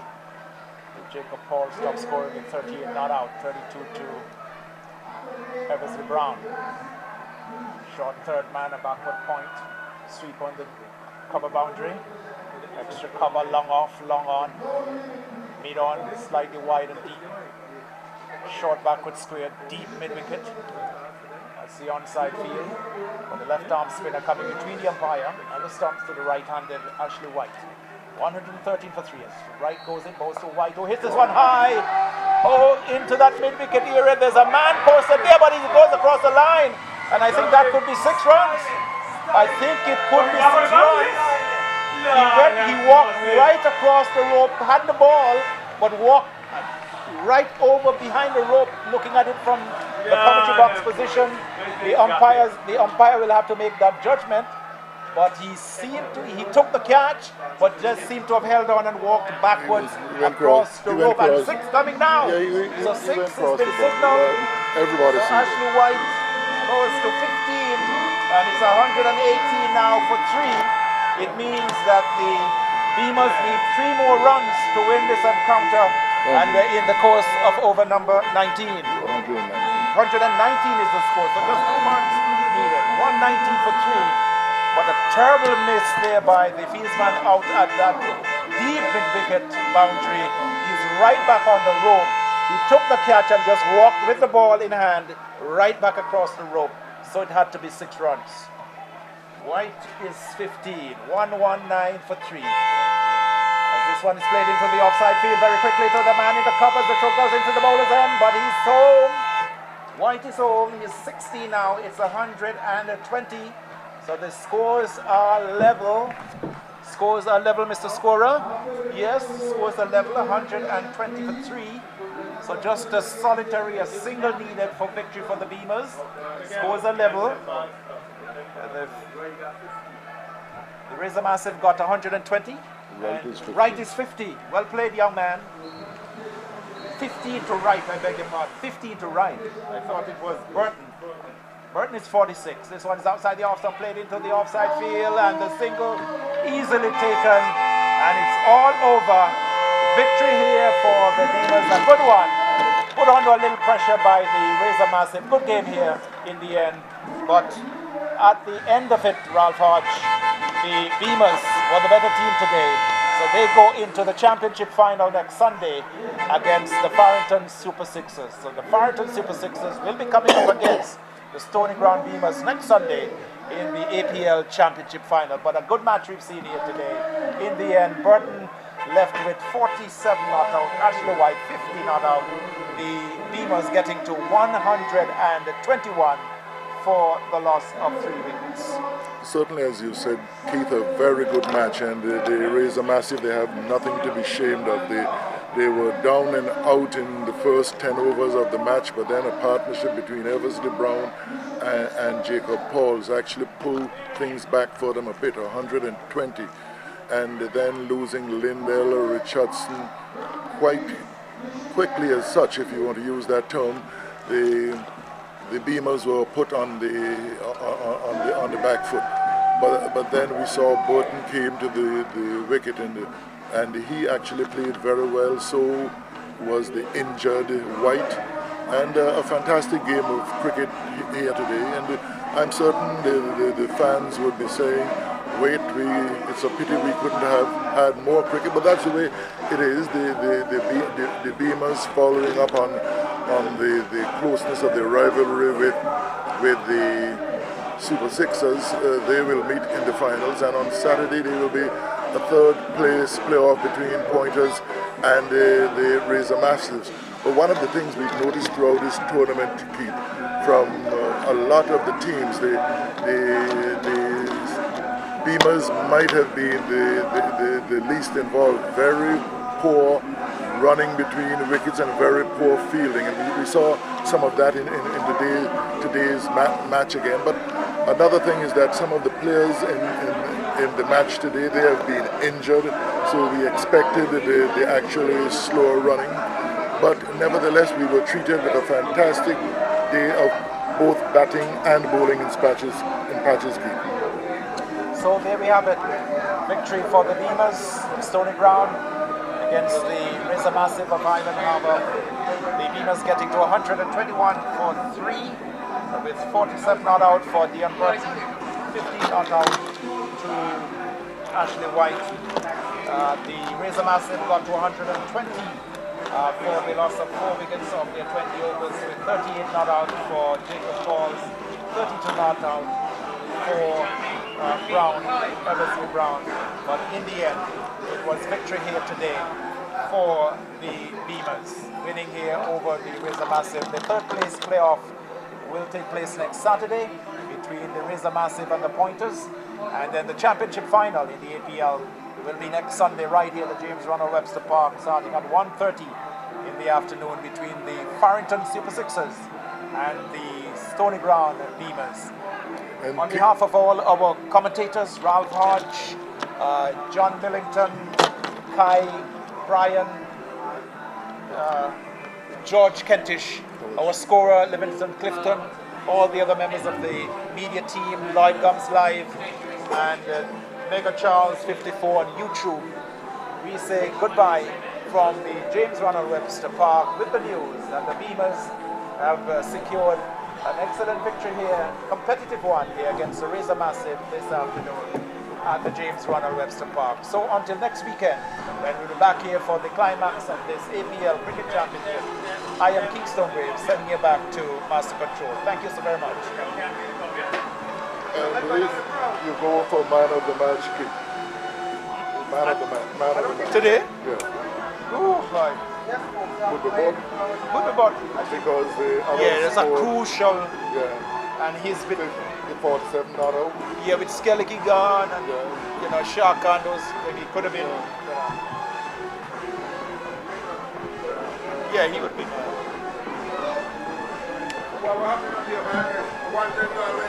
Yeah, I don't know what happened. No, they had a power thing, a power failure. Yeah, you're good. I shut up. Yeah.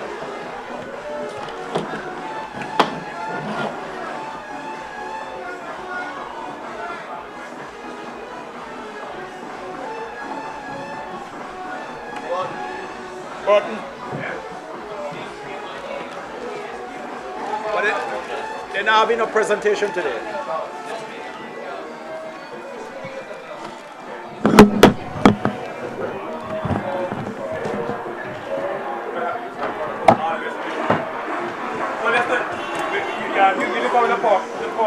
No. Let me plug this straight in now. You have to hold on. No. That's what I like to do. When I come first, it's got to be waiting for everybody. I lose the power strip and all. Yeah? Yeah. Hold on. Turn it on, you know.